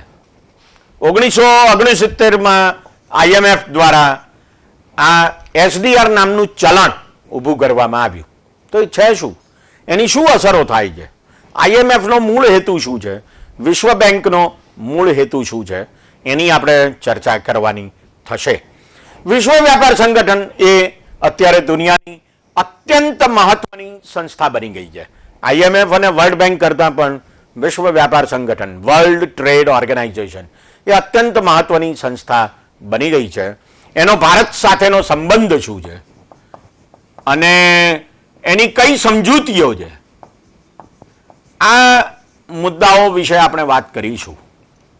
હકીકતમાં જુઓ તો વિશ્વ વ્યાપાર સંગઠનમાં જે નિર્ણયો લેવાઈ રહ્યા છે સમજૂતીઓ અંગેના, એ નિર્ણયો મારા અને તમારા બધાના જીવનને, આપણને પણ ખબર ના પડે એ રીતે અસર કરે છે. બજારમાં આ પેન વેચાશે કે નહીં વેચાય એ નક્કી કરવાનું કામ એકંદરે જુઓ તો વિશ્વ વ્યાપાર સંગઠનમાં થાય છે, આપણને એની ખબર નથી. તો એ કેવી રીતે થાય છે એ બાબતો આપણે સમજવાની રહે છે. બરાબર. તો વિશ્વ વ્યાપાર સંગઠન, IMF અને વર્લ્ડ બેંક, આ ત્રણ સંસ્થાઓ દ્વારા વૈશ્વિક અર્થતંત્રને જોવાનું છે આપણે કે કેવી રીતે કામ કરે છે. પણ આંતરરાષ્ટ્રીય અર્થશાસ્ત્રમાં બે મહત્વના મુદ્દાઓ છે અને એ બે મહત્વના મુદ્દાઓ છે તે છે, એક છે મુક્ત વ્યાપાર અને બીજું છે સંરક્ષણવાદ.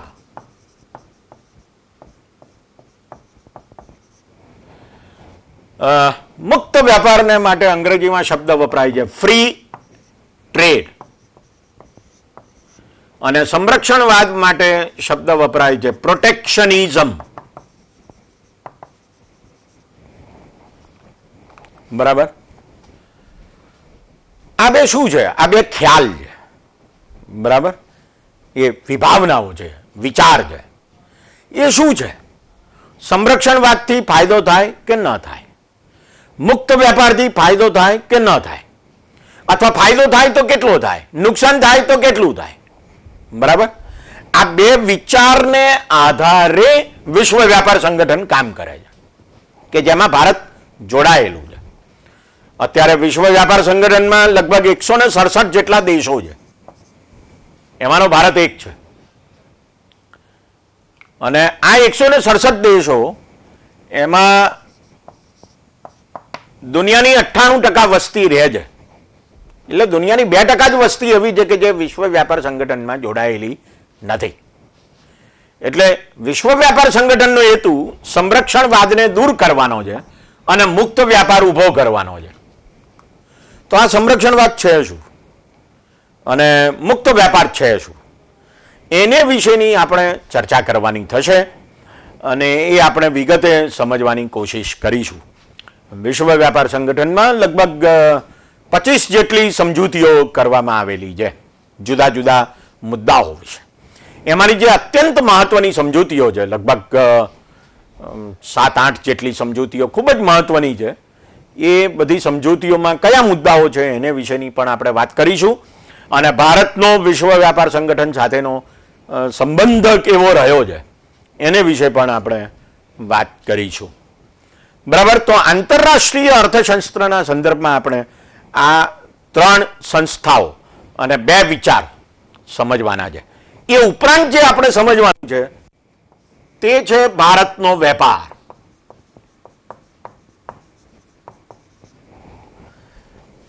એની દશા અને દિશા. દશા પરિસ્થિતિ, દિશા એટલે ડિરેક્શન.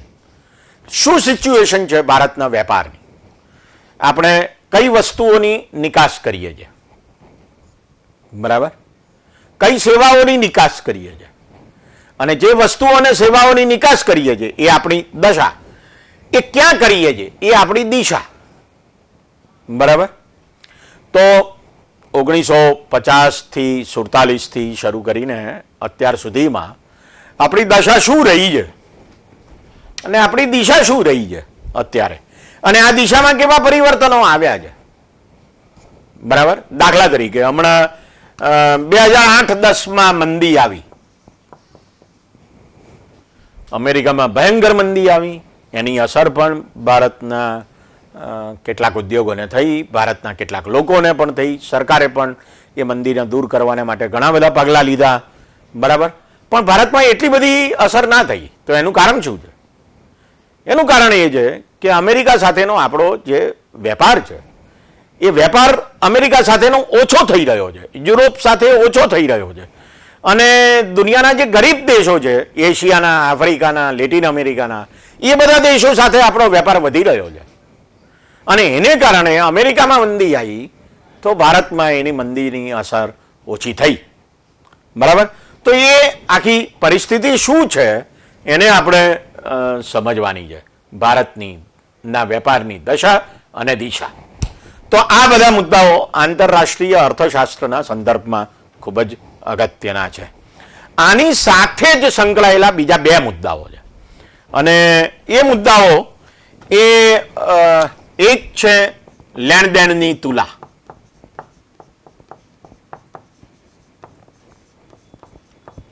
અને બીજો મુદ્દો છે તે છે અવમૂલ્યન. લેણદેણની તુલા એટલે શું? બેલેન્સ ઓફ પેમેન્ટ્સ એવું અંગ્રેજીમાં કહેવામાં આવતું હોય છે. Balance of payments. 1991માં જ્યારે નવી આર્થિક નીતિની શરૂઆત થઈ, મનમોહનસિંહ નાણાપ્રધાન થયા અને નરસિંહ રાવ જ્યારે વડાપ્રધાન હતા ત્યારે તો એમણે નવી આર્થિક નીતિની શરૂઆત કરી ત્યારે અવમૂલ્યન એ એમના આર્થિક નીતિનો પહેલો મુદ્દો હતો. એટલે લગભગ $1 ₹20 આસપાસ હતા અને એના એમણે ₹24 કરી નાખ્યા, $1 બરાબર. રાતોરાત થયું આ, જે રિઝર્વ બેન્કે જાહેર કર્યું. તો આ અવમૂલ્યનની શું અસરો થઈ? એ સારું થયું, ખોટું થયું વગેરે. કારણ કે એની સીધી અસર દેશના આંતરરાષ્ટ્રીય વેપાર ઉપર થતી હોય છે. કારણ કે ડોલરનો ભાવ બદલાય છે. ભારતના લોકો કંઈ ડોલર વાપરતા નથી, ભારતના લોકો તો ભારતના રૂપિયા વાપરે છે. એટલે આપણે નિકાસ કરીએ છીએ તો ડોલર કમાઈએ છીએ, આપણે બહારથી કશુંક લાવીએ છીએ તો ડોલરનો ખર્ચ કરીએ છીએ. તો આ જે ડોલરની આવક છે અને ડોલરનો ખર્ચ છે એ આ વિનિમયના દર ઉપર આધાર રાખે છે. એટલે વિનિમયનો દર અચાનક બદલાઈ જાય છે અને મોટા પ્રમાણમાં બદલાઈ જાય છે, અને એ જ્યારે રિઝર્વ બેન્ક ઓફ ઇન્ડિયા બદલે છે ત્યારે એને અવમૂલ્યન તરીકે ઓળખવામાં આવે છે. તો આ અવમૂલ્યનની શું અસરો છે? લેણદેણની તુલા, બેલેન્સ ઓફ પેમેન્ટ્સ, એમાં 1991માં કટોકટી ઊભી થઈ, ક્રાઇસિસ ઊભી થઈ 1991માં. તો આ બેલેન્સ ઓફ પેમેન્ટ્સ શું છે? આયાત અને નિકાસ આપણે જે કરીએ છીએ એનો હિસાબ છે. ઉપરાંત જે કંઈ નાણું આવે છે અને નાણું જાય છે, ભારતમાં ડોલર આવે અને ભારતમાંથી ડોલર જાય, એનો પણ હિસાબ છે. તો આપણે એ સમજવાનું છે કે આ કટોકટી એટલે શું. પહેલા તો લેણદેણની તુલા એટલે શું એ સમજીશું, એમાં આવેલી કટોકટી એટલે શું એ આપણે સમજીશું, અને એ કટોકટી નિવારવાના એક પગલા તરીકે અવમૂલ્યન કરવામાં આવે તો અવમૂલ્યનની શું અસરો થાય છે તે પણ આપણે સમજવાનું થાય છે. બરાબર? તો આ છે આંતરરાષ્ટ્રીય અર્થતંત્ર સાથે સંબંધિત એવા મુદ્દાઓ કે જે આપણે સમજવાના થાય. 3 સંસ્થાઓ, વિશ્વ વ્યાપાર સંગઠન, International Monetary Fund, World Bank. એ ઉપરાંત 2 વૈચારિક મુદ્દાઓ અથવા વિભાવનાત્મક મુદ્દાઓ, મુક્ત વ્યાપાર અને સંરક્ષણ ભાવ. એની સાથે સંબંધિત એવા મુદ્દા તે ભારતના વેપારની દિશા અને ભારતના વેપારની દશા. અને વેપારનો જે કંઈ હિસાબ છે તે આ લેન્ડ અને એમાં આવતી કટોકટીને કારણે કરવામાં આવતું દેશના નાણાંનું અથવા ચલણનું અવમૂલ્યન.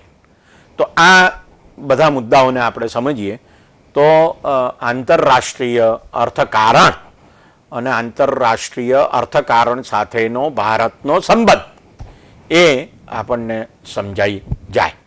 તો આ બધા મુદ્દાઓની પણ આપણે ચર્ચા કરવાની છે. મિત્રો, આની સાથે હવે જે આપણે મુદ્દાઓ ચર્ચવાના રહે છે એ મુદ્દાઓ પણ ઘણા અગત્યના છે. કારણ કે અર્થતંત્ર એ માત્ર વેપાર, રિઝર્વ બેન્કની નાણાં નીતિ અથવા સરકારની રાજકોષીય નીતિ એની સાથે જ સંબંધિત છે એવું તો છે નહીં. એટલે અર્થતંત્ર સાથે જે જોડાયેલી બાબત છે એ છે વિકાસ, ડેવલપમેન્ટ.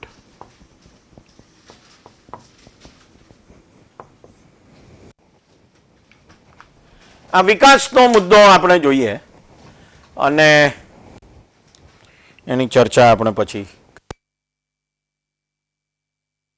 મિત્રો, જે સૌથી વિવાદાસ્પદ મુદ્દો રહ્યો છે તે વિકાસ વિશેનો રહ્યો છે, ડેવલપમેન્ટ. વિકાસ આજે બહુ ગાજતો મુદ્દો છે, વિકાસ કરવો છે. 1939 થી 45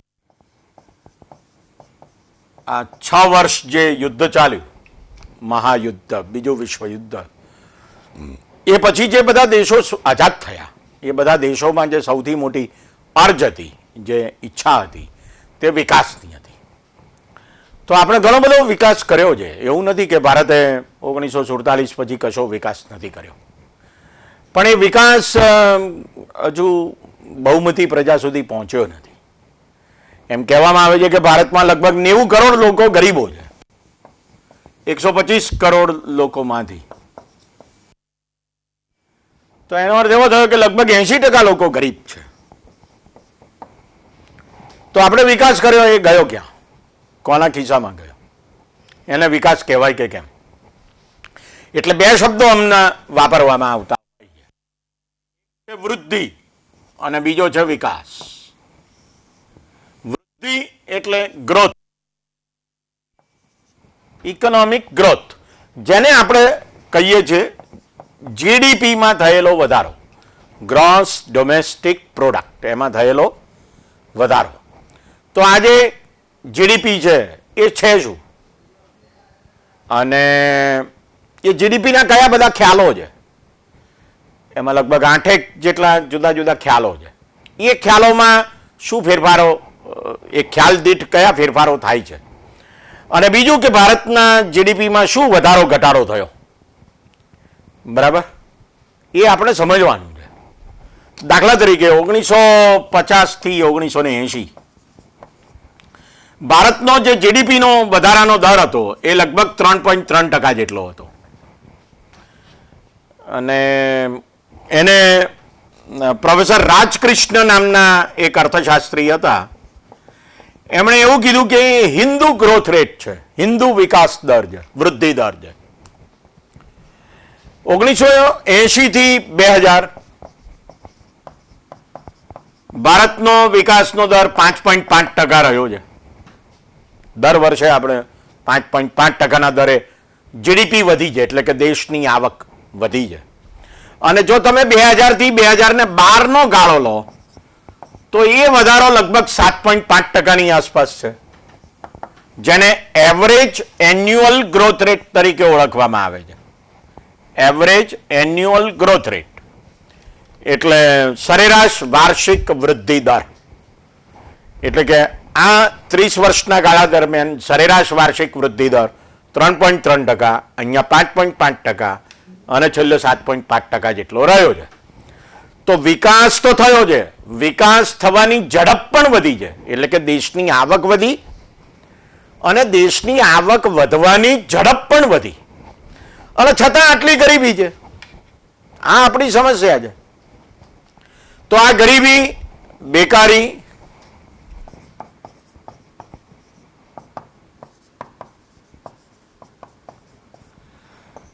અને પર્યાવરણને હાનિ, આ 3 પાયાના સામાજિક મુદ્દાઓ છે ને આર્થિક મુદ્દાઓ છે, જે આપણે સમજવા પડશે, બરાબર.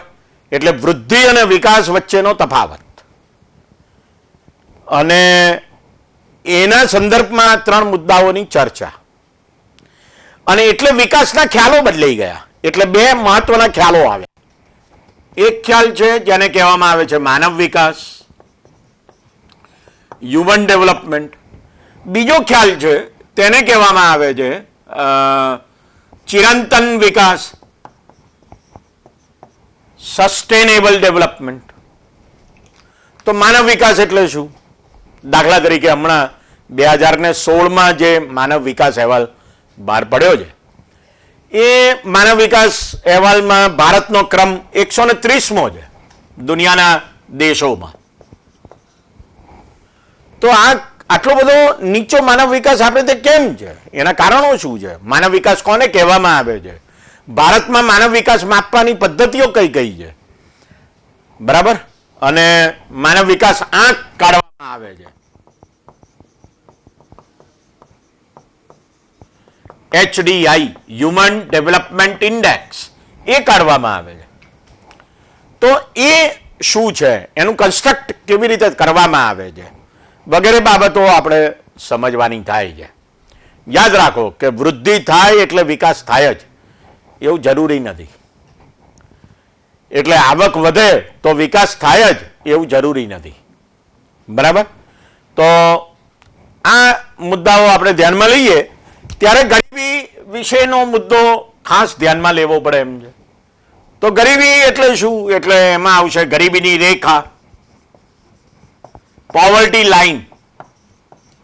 તો ભારતમાં પોવર્ટી લાઈન કોને કહેવામાં આવે છે? ગરીબ વ્યક્તિ કોણ છે એને કેવી રીતે ડિફાઇન કરવામાં આવે છે, એની વ્યાખ્યા શું છે?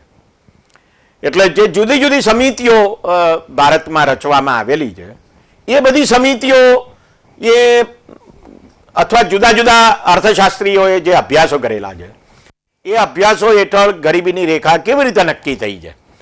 ગરીબી માપવા માટેના માપદંડો બદલાઈ ગયા છે. દાખલા તરીકે પહેલો જે માપદંડ હતો તે આવક અને ખર્ચનો હતો. એટલે શું કે કોઈક વ્યક્તિની આવક એ આટલી છે એમ કહેવામાં આવે ને પછી એમ કહેવામાં આવે કે આ ગરીબીની રેખા. એના કરતાં જેની આવક ઓછી હોય એને આપણે ગરીબીની રેખા નીચે જીવનારો માણસ, એટલે કે આ રેખા છે ગરીબીની રેખા, પોવર્ટી લાઈન, તો એનાથી ઓછી આવક એટલે બીપીએલ, બિલો પોવર્ટી લાઈન. આપણે સૌ જાણીએ છીએ કે ઘણા બધા લોકો પાસે બીપીએલ કાર્ડ છે. જેમની પાસે બીપીએલ કાર્ડ નથી એમની પાસે એપીએલ કાર્ડ છે. રેશન કાર્ડની વાત કરું છું.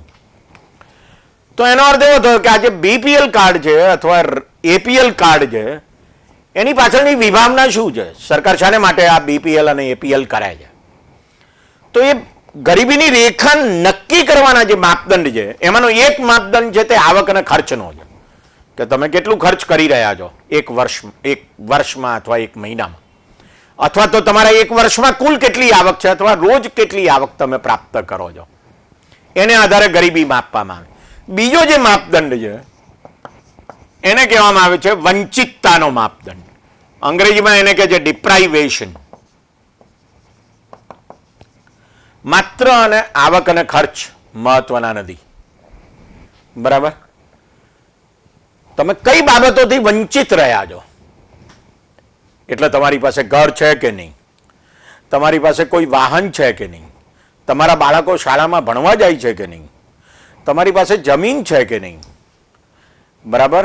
આ તમે દેવું કર્યું છે તો ક્યાંથી કરેલું છે? બેંક પાસેથી કરેલું છે, કોઈ મિત્રો સગાવાલો કે શાહુકારો પાસેથી લીધેલું દેવું છે, એ તમે કેવી રીતે પાછું આપો છો? આવી બધી બાબતોનો સમાવેશ એ આ વંચિતતામાં થાય છે. બરાબર? તો એને અંગેના માપદંડો કયા કયા છે?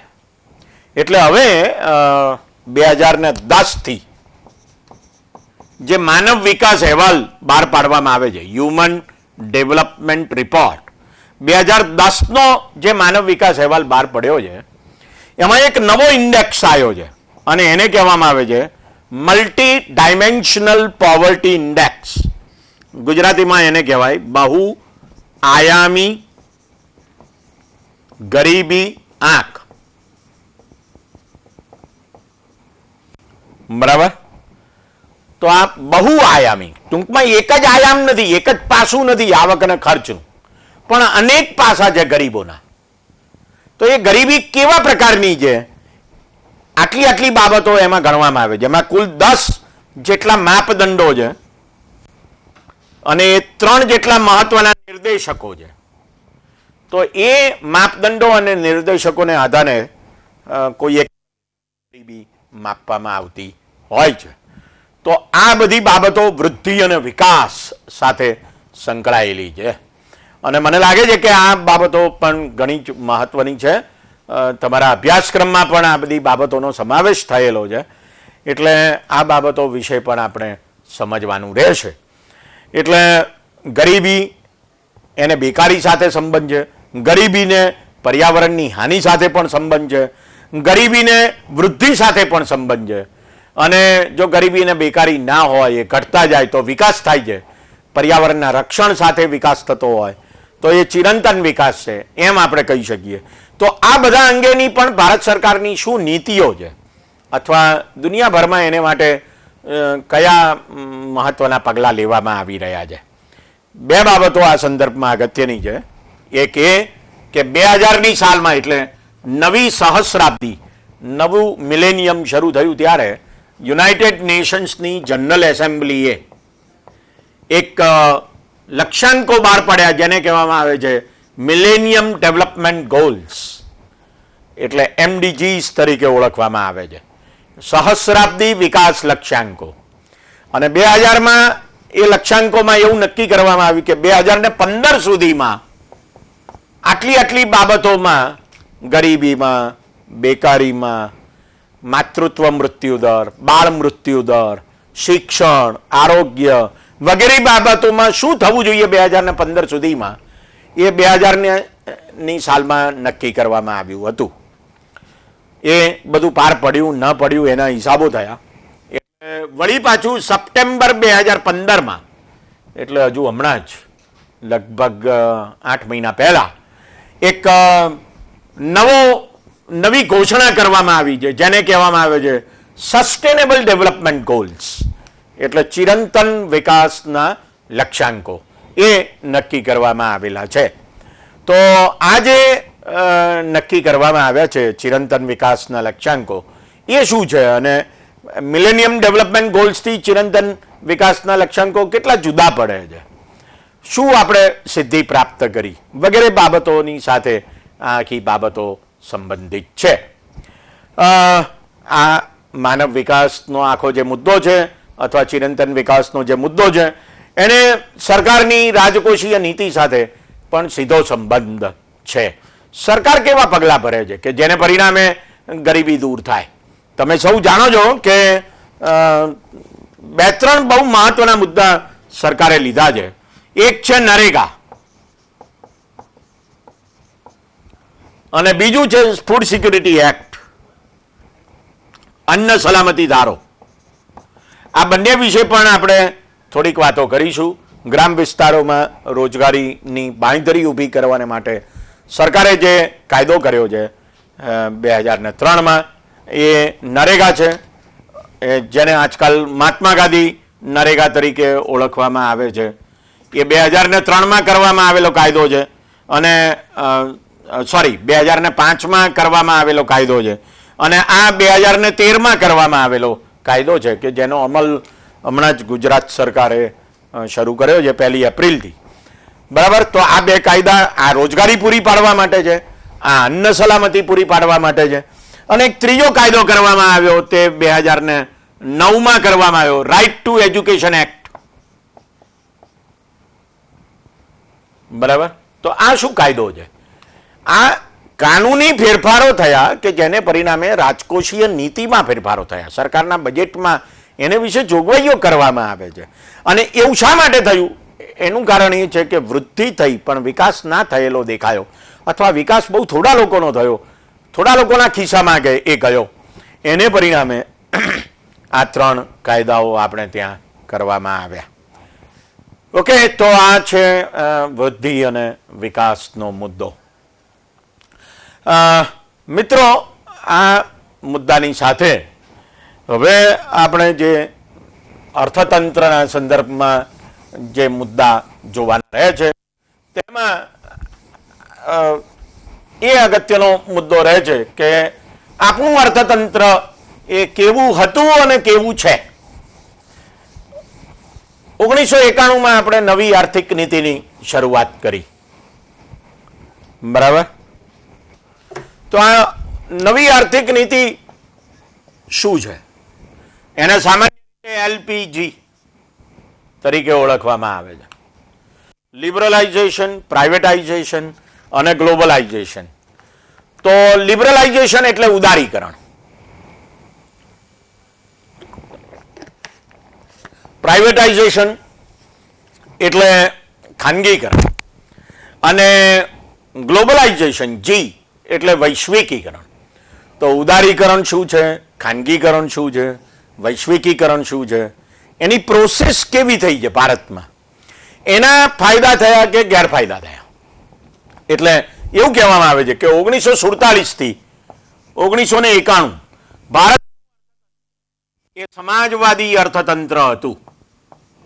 1991 પછી હવે જે અર્થતંત્ર એ મૂડીવાદી અર્થતંત્ર છે અથવા બજારલક્ષી અર્થતંત્ર છે એવું કહેવામાં આવે. માર્કેટ ઓરિએન્ટેડ ઇકોનોમી અથવા કેપિટાલિસ્ટ ઇકોનોમી, જે પહેલા સમાજવાદી એટલે કે સોશિયાલિસ્ટ હતું. તો આ છે શું સમાજવાદ અથવા મૂડીવાદનો ખ્યાલ? મને લાગે છે કે આપણે આ જે આખો ખ્યાલ છે એને આપણે સમજીએ તો દેશના અર્થતંત્રમાં જે મોટું પરિવર્તન આવ્યું છે 1991 પછી, એ પરિવર્તનને આપણે આસાનીથી સમજી શકીશું. મૂડીવાદી અર્થતંત્રનો અર્થ છે આર્થિક આઝાદી. આ વિગતે તો આપણે પછી સમજીશું, પણ અત્યારે સહેજ ઉલ્લેખ કરું છું કે જેથી આપણે આપ જે કંઈ અર્થતંત્ર વિષયની વિગતો વાંચો એમાં આપણે ખ્યાલ આવે. આર્થિક આઝાદીનો અર્થ શું છે?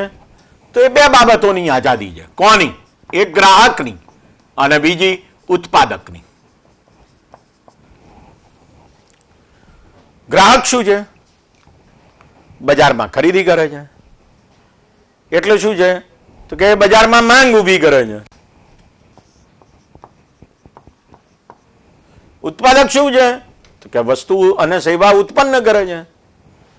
એ ઉત્પન્ન કરે છે એટલે એનો અર્થ એવો થયો કે બજારમાં પુરવઠો પૂરો પાડે છે. આ માંગ અને પુરવઠો બે ભેગા થઈને શું નક્કી કરે છે? તો કે ભાવ નક્કી કરે છે.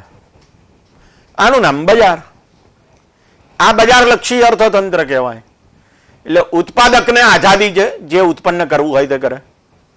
ગ્રાહકને આઝાદી છે, જે ખરીદવું હોય તે ખરીદે.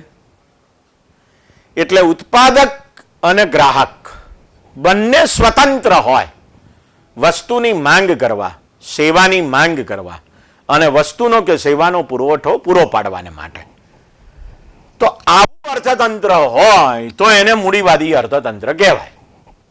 એટલે કે એ અર્થતંત્રમાં રાજ્ય એટલે કે સરકાર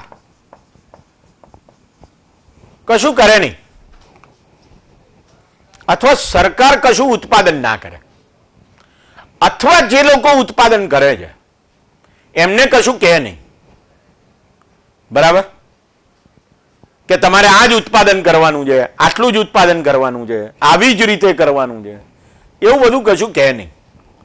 જો એવું થશે તો એનો અર્થ એ થશે કે ઉત્પાદકને અને ગ્રાહકને આઝાદી હશે, એને સ્વતંત્રતા હશે, અને સરકારનો અર્થતંત્રમાં ચંચુપાત બહુ જ ઓછો હશે.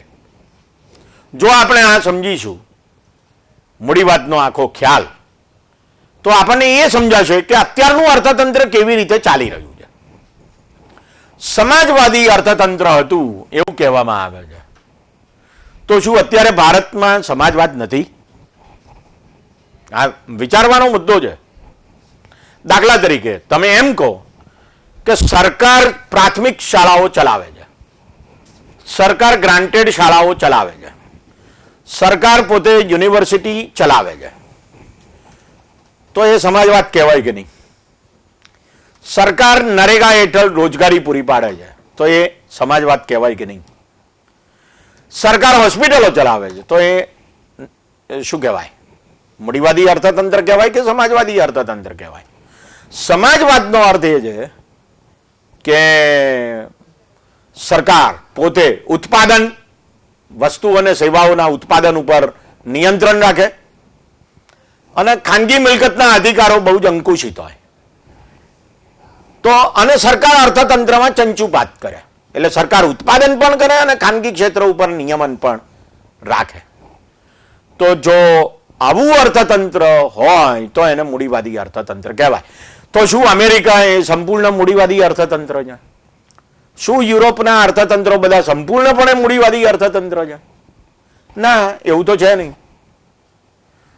અમેરિકામાં પણ જાહેર શાળાઓ છે કે જેને સરકાર મદદ કરે છે. 2008-10માં મંદી આવી તો આર્થિક આઝાદી કોને કહેવાય?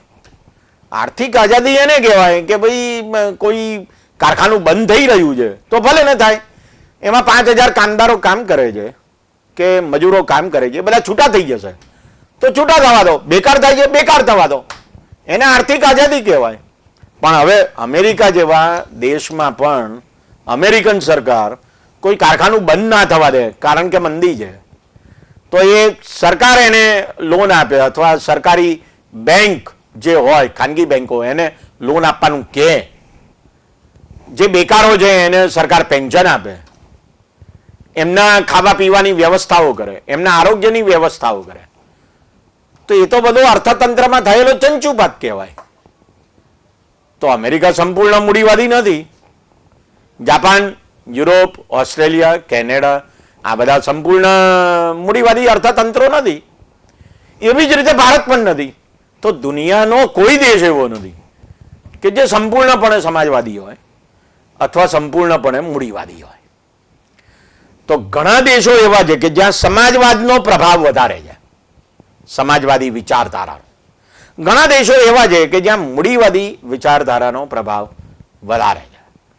તો આ મૂડીવાદી વિચારધારા છે શું અને સમાજવાદી વિચારધારા શું છે, એ આપણે મને લાગે છે કે બરાબર સમજવું પડશે.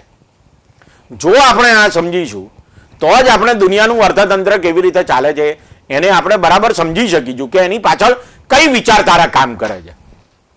દાખલા તરીકે આપણે અત્યારની સરકારે આયોજન પંચ બંધ કરી દીધું. એનો અર્થ એવો થયો કે કદાચ હવે આવતા માર્ચ 2017માં 12મી પંચવર્ષીય યોજના પૂરી થવાની છે. તો શું સરકાર હવે યોજના નહીં બનાવે? પંચવર્ષીય યોજના ઘડવાનું જ બંધ કરી દે છે? આપણે આયોજન શરૂ કર્યું 1952થી અને ત્યારથી આપણે પંચવર્ષીય યોજના અને વાર્ષિક યોજનાઓ ઘડતા આવ્યા હતા. આ આયોજનની થોડીક સફળતાઓ પણ છે અને થોડીક નિષ્ફળતાઓ પણ છે. પણ હવે સરકાર એમ કહે છે કે અમારે કદાચ આ યોજનાઓ બનાવવી જ નથી. તો હા, બરાબર છે, અમેરિકા અને યુરોપમાં કંઈ આયોજન પંચ છે જ નહીં ને યોજનાઓ ઘડે, પંચવર્ષીય યોજના વાર્ષિક યોજના ઘડે અને એ મુજબ વિકાસ થાય એવું કશું છે જ નહીં. અને છતાં એ દેશોનો વિકાસ થયો છે, નથી થયો એવું નથી. તો આયોજન કરવું અને વિકાસ થાય, આયોજન ન કરવું અને વિકાસ થાય, આ બંને તદ્દન જુદી બાબતો છે. અને એને આ બે વિચારધારાઓ, એક સમાજવાદની વિચારધારા અને બીજી મૂડીવાદની વિચારધારા, એની સાથે સંબંધ છે. તો આ બે બાબતો આપણે સમજીશું, આ વિચારધારાઓને આપણે સમજીશું તો આપણને વધારે ખબર પડશે કે ભારત ખરેખર કેટલો સમાજવાદી છે, ખરેખર કેટલો મૂડીવાદી છે. એવી જ રીતે દુનિયાનું અર્થતંત્ર એ ખરેખર કેટલું મૂડીવાદી અને સમાજવાદી છે એની આપણને ખબર પડશે. તો આ આખો મુદ્દો આપણે સમજવાનો છે. યાદ રાખો, મેં આપ સૌને હમણાં જ કહ્યું આ વ્યાખ્યાનની શરૂઆતમાં જ કે ભારતમાં જે બંધારણ છે એમાં શરૂઆતમાં જ એના આમુખમાં પહેલે જ સમાજવાદી ભારતનું નિર્માણ કરવાનો એક વિચાર મૂકેલો છે. પણ સમાજવાદ એટલે શું એ ભારતના બંધારણમાં ક્યાંય લખ્યું નથી. એટલે સમાજવાદ એક વિચારક છે એને એવું કહ્યું છે કે સમાજવાદ તો એક એવી ટોપી છે કે જેના માથા ઉપર એ ટોપી બેસે એના જેવો એ ટોપીનો આકાર થઈ જાય. તો ખરેખર સમાજવાદ શું છે? સમાજવાદના અનેક શેડ છે, અનેક ફાંટા છે. અને એ જે બધા ફાંટા છે એ ફાંટા આપણે થોડાક સમજીશું તો આપણે આપણા અર્થતંત્રને સમજી શકીશું. પણ જે મૂડીવાદી વિચાર છે એને આપણે સમજીશું તો જ આપણે સમાજવાદને સમજી શકીશું. એક બાબત આપણે યાદ રાખવી જોઈએ, સમાજવાદનો આદર્શ એ સમાનતા છે, પણ મૂડીવાદનો આદર્શ એ સ્વતંત્રતાની સમાનતા છે. એટલે મૂડીવાદ એ સ્વતંત્રતા ઈચ્છે છે, સમાજવાદમાં સ્વતંત્રતા ઓછી છે અને સમાનતા વધારે છે. તો એને વિશેની જે વિચારધારા છે, એને વિશેના જે ખ્યાલો છે અને એને વિશેના જે વ્યવહારો છે એને આપણે જેટલા વધારે પ્રમાણમાં સમજી શકીશું એટલા વધારે પ્રમાણમાં આપણે 1991 પહેલાંનું ભારત કેવું હતું અને 1991 પછીનું ભારત કેવું છે એ આપણે સમજી શકીશું. દાખલા તરીકે એક બહુ જ સીધો સાદો દાખલો આપું. 1991 પહેલાં ભારતમાં માત્ર લેન્ડલાઇન ફોન હતા. 1993થી લગભગ 93-94થી આપણે ત્યાં મોબાઈલ ફોન આવ્યા અને એ મોબાઈલ ફોન આવ્યા તે ખાનગી કંપનીઓના આવ્યા. અત્યારે જેને સરકારી કંપની તરીકે આપણે ઓળખીએ છીએ BSNL, એ કંપની જ નહોતી, એ તો સરકારનું એક ખાતું હતું, ડિપાર્ટમેન્ટ ઓફ ટેલિકોમ્યુનિકેશન્સ, DOT.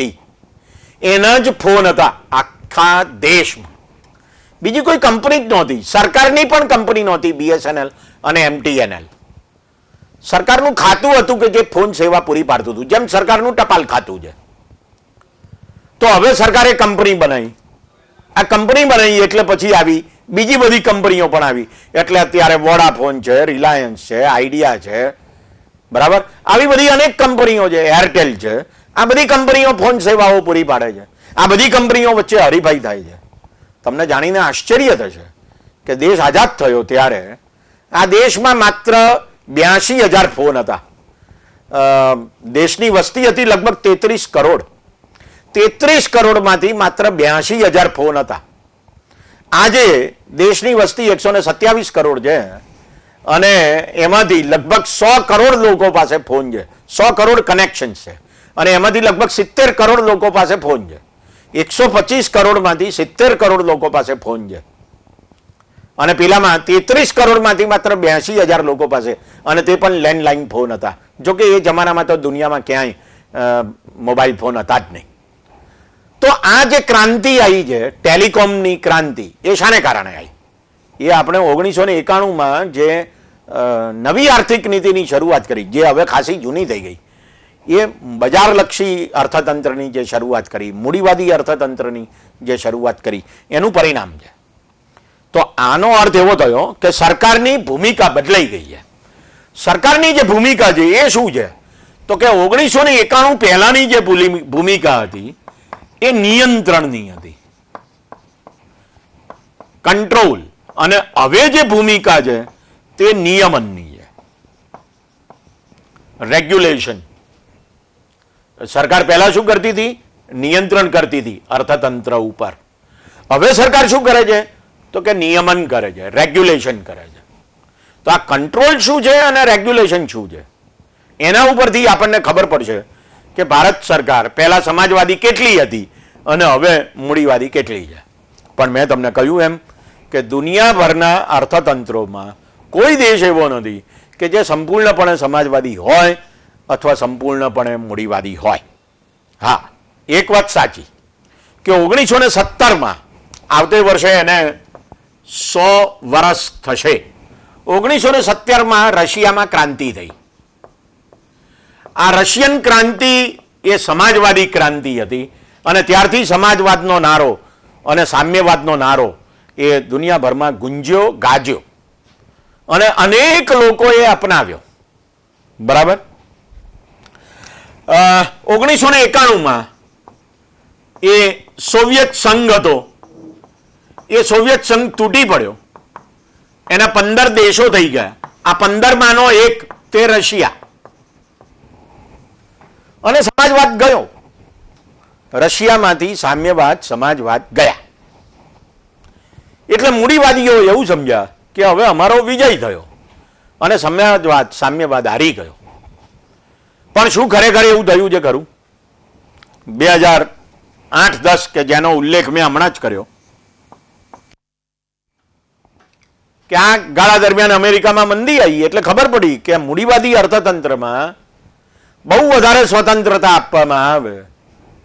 એક એવી સ્વતંત્રતા હતી, એની આપણે ચર્ચા કરવાની થશે. તો મુસીબત એ આવે છે કે મંદી આવી જાય છે, એટલે પછી સરકારે એમાં કૂદવું પડે છે. તો જે સોવિયત સંઘ હતો એ તૂટી પડ્યો, સમાજવાદ ગયો. તો એ સમાજવાદ જવા પાછળના કયા કારણો, મૂડીવાદી અર્થતંત્ર વધારે વિકસવા પાછળના કયા કારણો, આ બધી બાબતો આપણે, મને લાગે છે કે સમજવાની થશે. બરાબર. તો મિત્રો, આ જે આખો ખ્યાલ છે એ એક વિચાર અથવા વિચારધારા સાથે સંકળાયેલો ખ્યાલ છે કે સમાજવાદ શું છે, એના આદર્શો કયા છે, મૂડીવાદ શું છે, એના આદર્શો કયા છે, સમાજવાદનો વ્યવહાર કેવો છે, મૂડીવાદનો વ્યવહાર કેવો છે, અને ભારતનો 1947 પછીનો વ્યવહાર એ મૂડીવાદી હતો, સમાજવાદી હતો, કેટલો સમાજવાદી હતો, કેટલો મૂડીવાદી હતો, અત્યારે કેટલો સમાજવાદી છે અને કેટલો મૂડીવાદી છે, એ બાબતો આપણે તપાસવાની રહે છે. અને દુનિયાભરમાં જે અર્થતંત્રો ચાલી રહ્યા છે એ અર્થતંત્રો કેવા પ્રકારના છે એ આપણે સમજવાના રહે છે.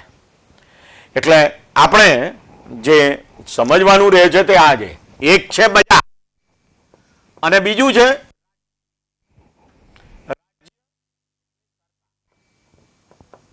સરકાર. આપણને દેખાય છે, રાજ્ય આપણને દેખાતું નથી. આપણે એની વાત થોડી કરીશું શરૂઆતમાં, કે જ્યારે આપણે આ સમજવાની શરૂઆત કરીશું.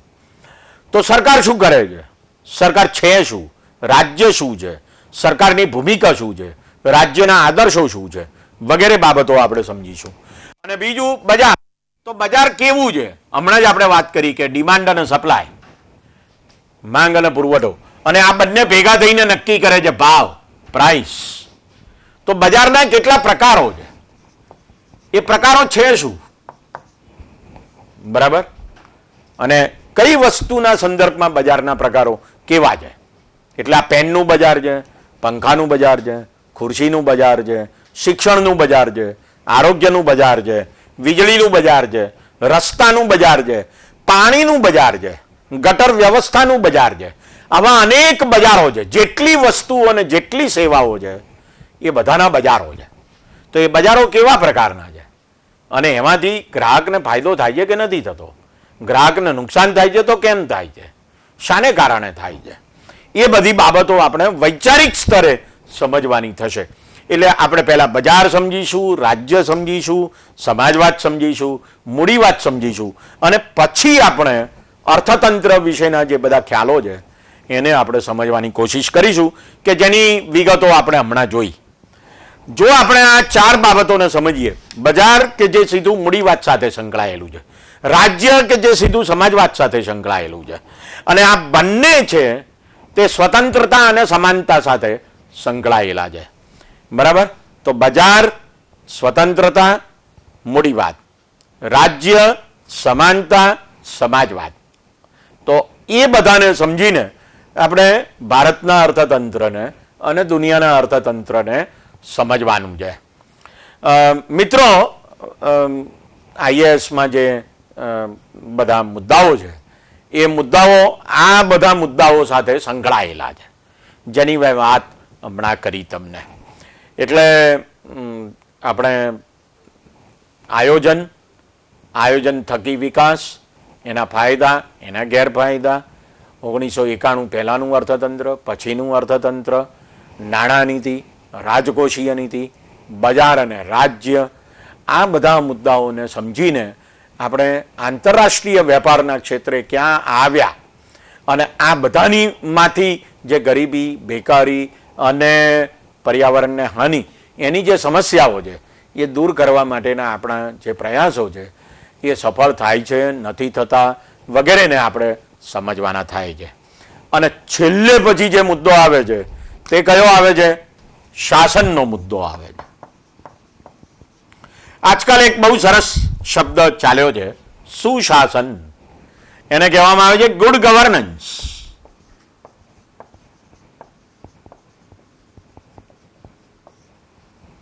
બરાબર. તો આ શાસન છે શું? શાસન એટલે શું અને સુશાસન એટલે શું? એટલે ઘણી વાર એવું કહેવામાં આવે છે કે ભાઈ ભારતમાં ગરીબી છે, સરકાર આટલા બધા પૈસા ખર્ચે છે ગરીબોની ગરીબી દૂર કરવા માટે, બેકારી દૂર કરવા માટે, બરાબર, અને છતાં ગરીબી દૂર થતી નથી. તો એનું કારણ શું છે? એનું કારણ એ છે કે આ જે શાસન છે, ગવર્નન્સ છે, એ ખરાબ છે. આ બાબતમાં ત્રણ શબ્દો અગત્યના છે. એક શબ્દ છે વહીવટ, બરાબર. બીજો શબ્દ તે છે સંચાલન, અને ત્રીજો શબ્દ છે શાસન. વહીવટ અંગ્રેજીમાં એને કહેવાય એડમિનિસ્ટ્રેશન, એડમિન. સંચાલનને કહેવામાં આવે છે મેનેજમેન્ટ, અને શાસનને કહેવામાં આવે છે ગવર્નન્સ.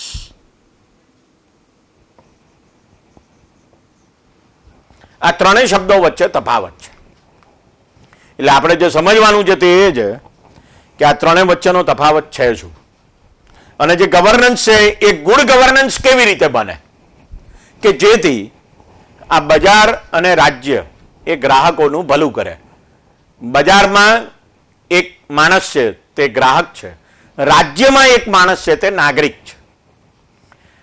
તો રાજ્યનું કામ છે નાગરિકનું ભલું કરવું, બજારનું કામ છે ગ્રાહકનું ભલું કરવું. ગ્રાહકનું અને નાગરિકનું ભલું થાય એટલે મારું અને તમારું ભલું થાય. એ કરવાની જવાબદારી કોની છે? એ રાજ્યની અને બજારની બંનેની છે. બરાબર? તો એ કેવી રીતે થાય છે? નથી થતું તો કેમ નથી થતું? એના મુદ્દાઓ એ ગુડ ગવર્નન્સ સાથે સંકળાયેલા છે. મિત્રો, આપણે આ ગવર્નન્સના મુદ્દાઓને સમજીશું તો પછી આપણને આ આખું અર્થતંત્ર કેવી રીતે ચાલે છે અથવા કેવી રીતે ચાલવું જોઈએ એને વિશેની બાબત આપણને બહુ આસાનીથી સમજાઈ જશે. તો આ છે આપણો અર્થતંત્રનો જે આખો પાયાનો ખ્યાલ છે. એને મેં બહુ ટૂંકમાં આપ સૌની સમક્ષ રજૂ કરેલો છે. આ બધા મુદ્દાઓ વિશે આપણે ચર્ચા કરવાની છે. અને મિત્રો, તમને જ્યારે પણ એમ લાગે કે તમારે સવાલ પૂછવો છે, તમારે કંઈક વચ્ચે મને અટકાવવો છે અને તમારી વાત રજૂ કરવી છે, તો તમે કોઈ પણ જાતના ક્ષોભ વિના, સંકોચ વિના તમે એ પૂછી શકો છો. આપણે એની ચર્ચા કરીશું. વિના સંકોચે તમે સવાલ પૂછજો કે જેથી આપણે ચર્ચા કરીએ. અને જો એ મને નહીં આવડતું હોય તો હું ફરીથી એ જાણી લાવીશ અને તમને કહેવાનો પ્રયત્ન કરીશ. અર્થશાસ્ત્ર એક બહુ જ બહોળો વિષય છે અને એકંદરે આર્ટ્સમાં એ કહેવાતો અઘરો વિષય છે. એટલે મિત્રો, જ્યારે આપણે આની ચર્ચા કરતા હોઈએ ત્યારે ઘણા બધા મુદ્દાઓ એવા હોઈ શકે કે જે મુદ્દાઓ તમે જેમ પહેલી વાર જાણતા હો એમ કદાચ મારી નજરમાં પણ પહેલી વાર આવતો હોય. તો ચોક્કસ હું એને તમે પૂછશો અને મને નહીં આવડતું હોય તો આપણે એની ચર્ચા કરીશું. પણ આ બધા મુદ્દાઓ સાથે સંબંધિત એવું જે કોઈ સાહિત્ય આપણી નજરે પડે તે આપ વાંચો, એમાંથી નોંધ કરો, એને સમજવાની કોશિશ કરો, એના પારિભાષિક શબ્દો એટલે કે ટર્મિનોલોજીકલ વર્ડ્સને તમે સમજો અને એ સાથે આ વિષયને ભણવાની તમે શરૂઆત કરશો તો મને ખાતરી છે કે આ વિષય જેટલો અઘરો સમજવામાં આવે છે એટલો અઘરો નથી.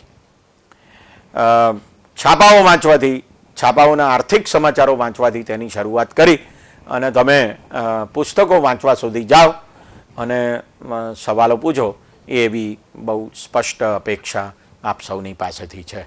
ધન્યવાદ.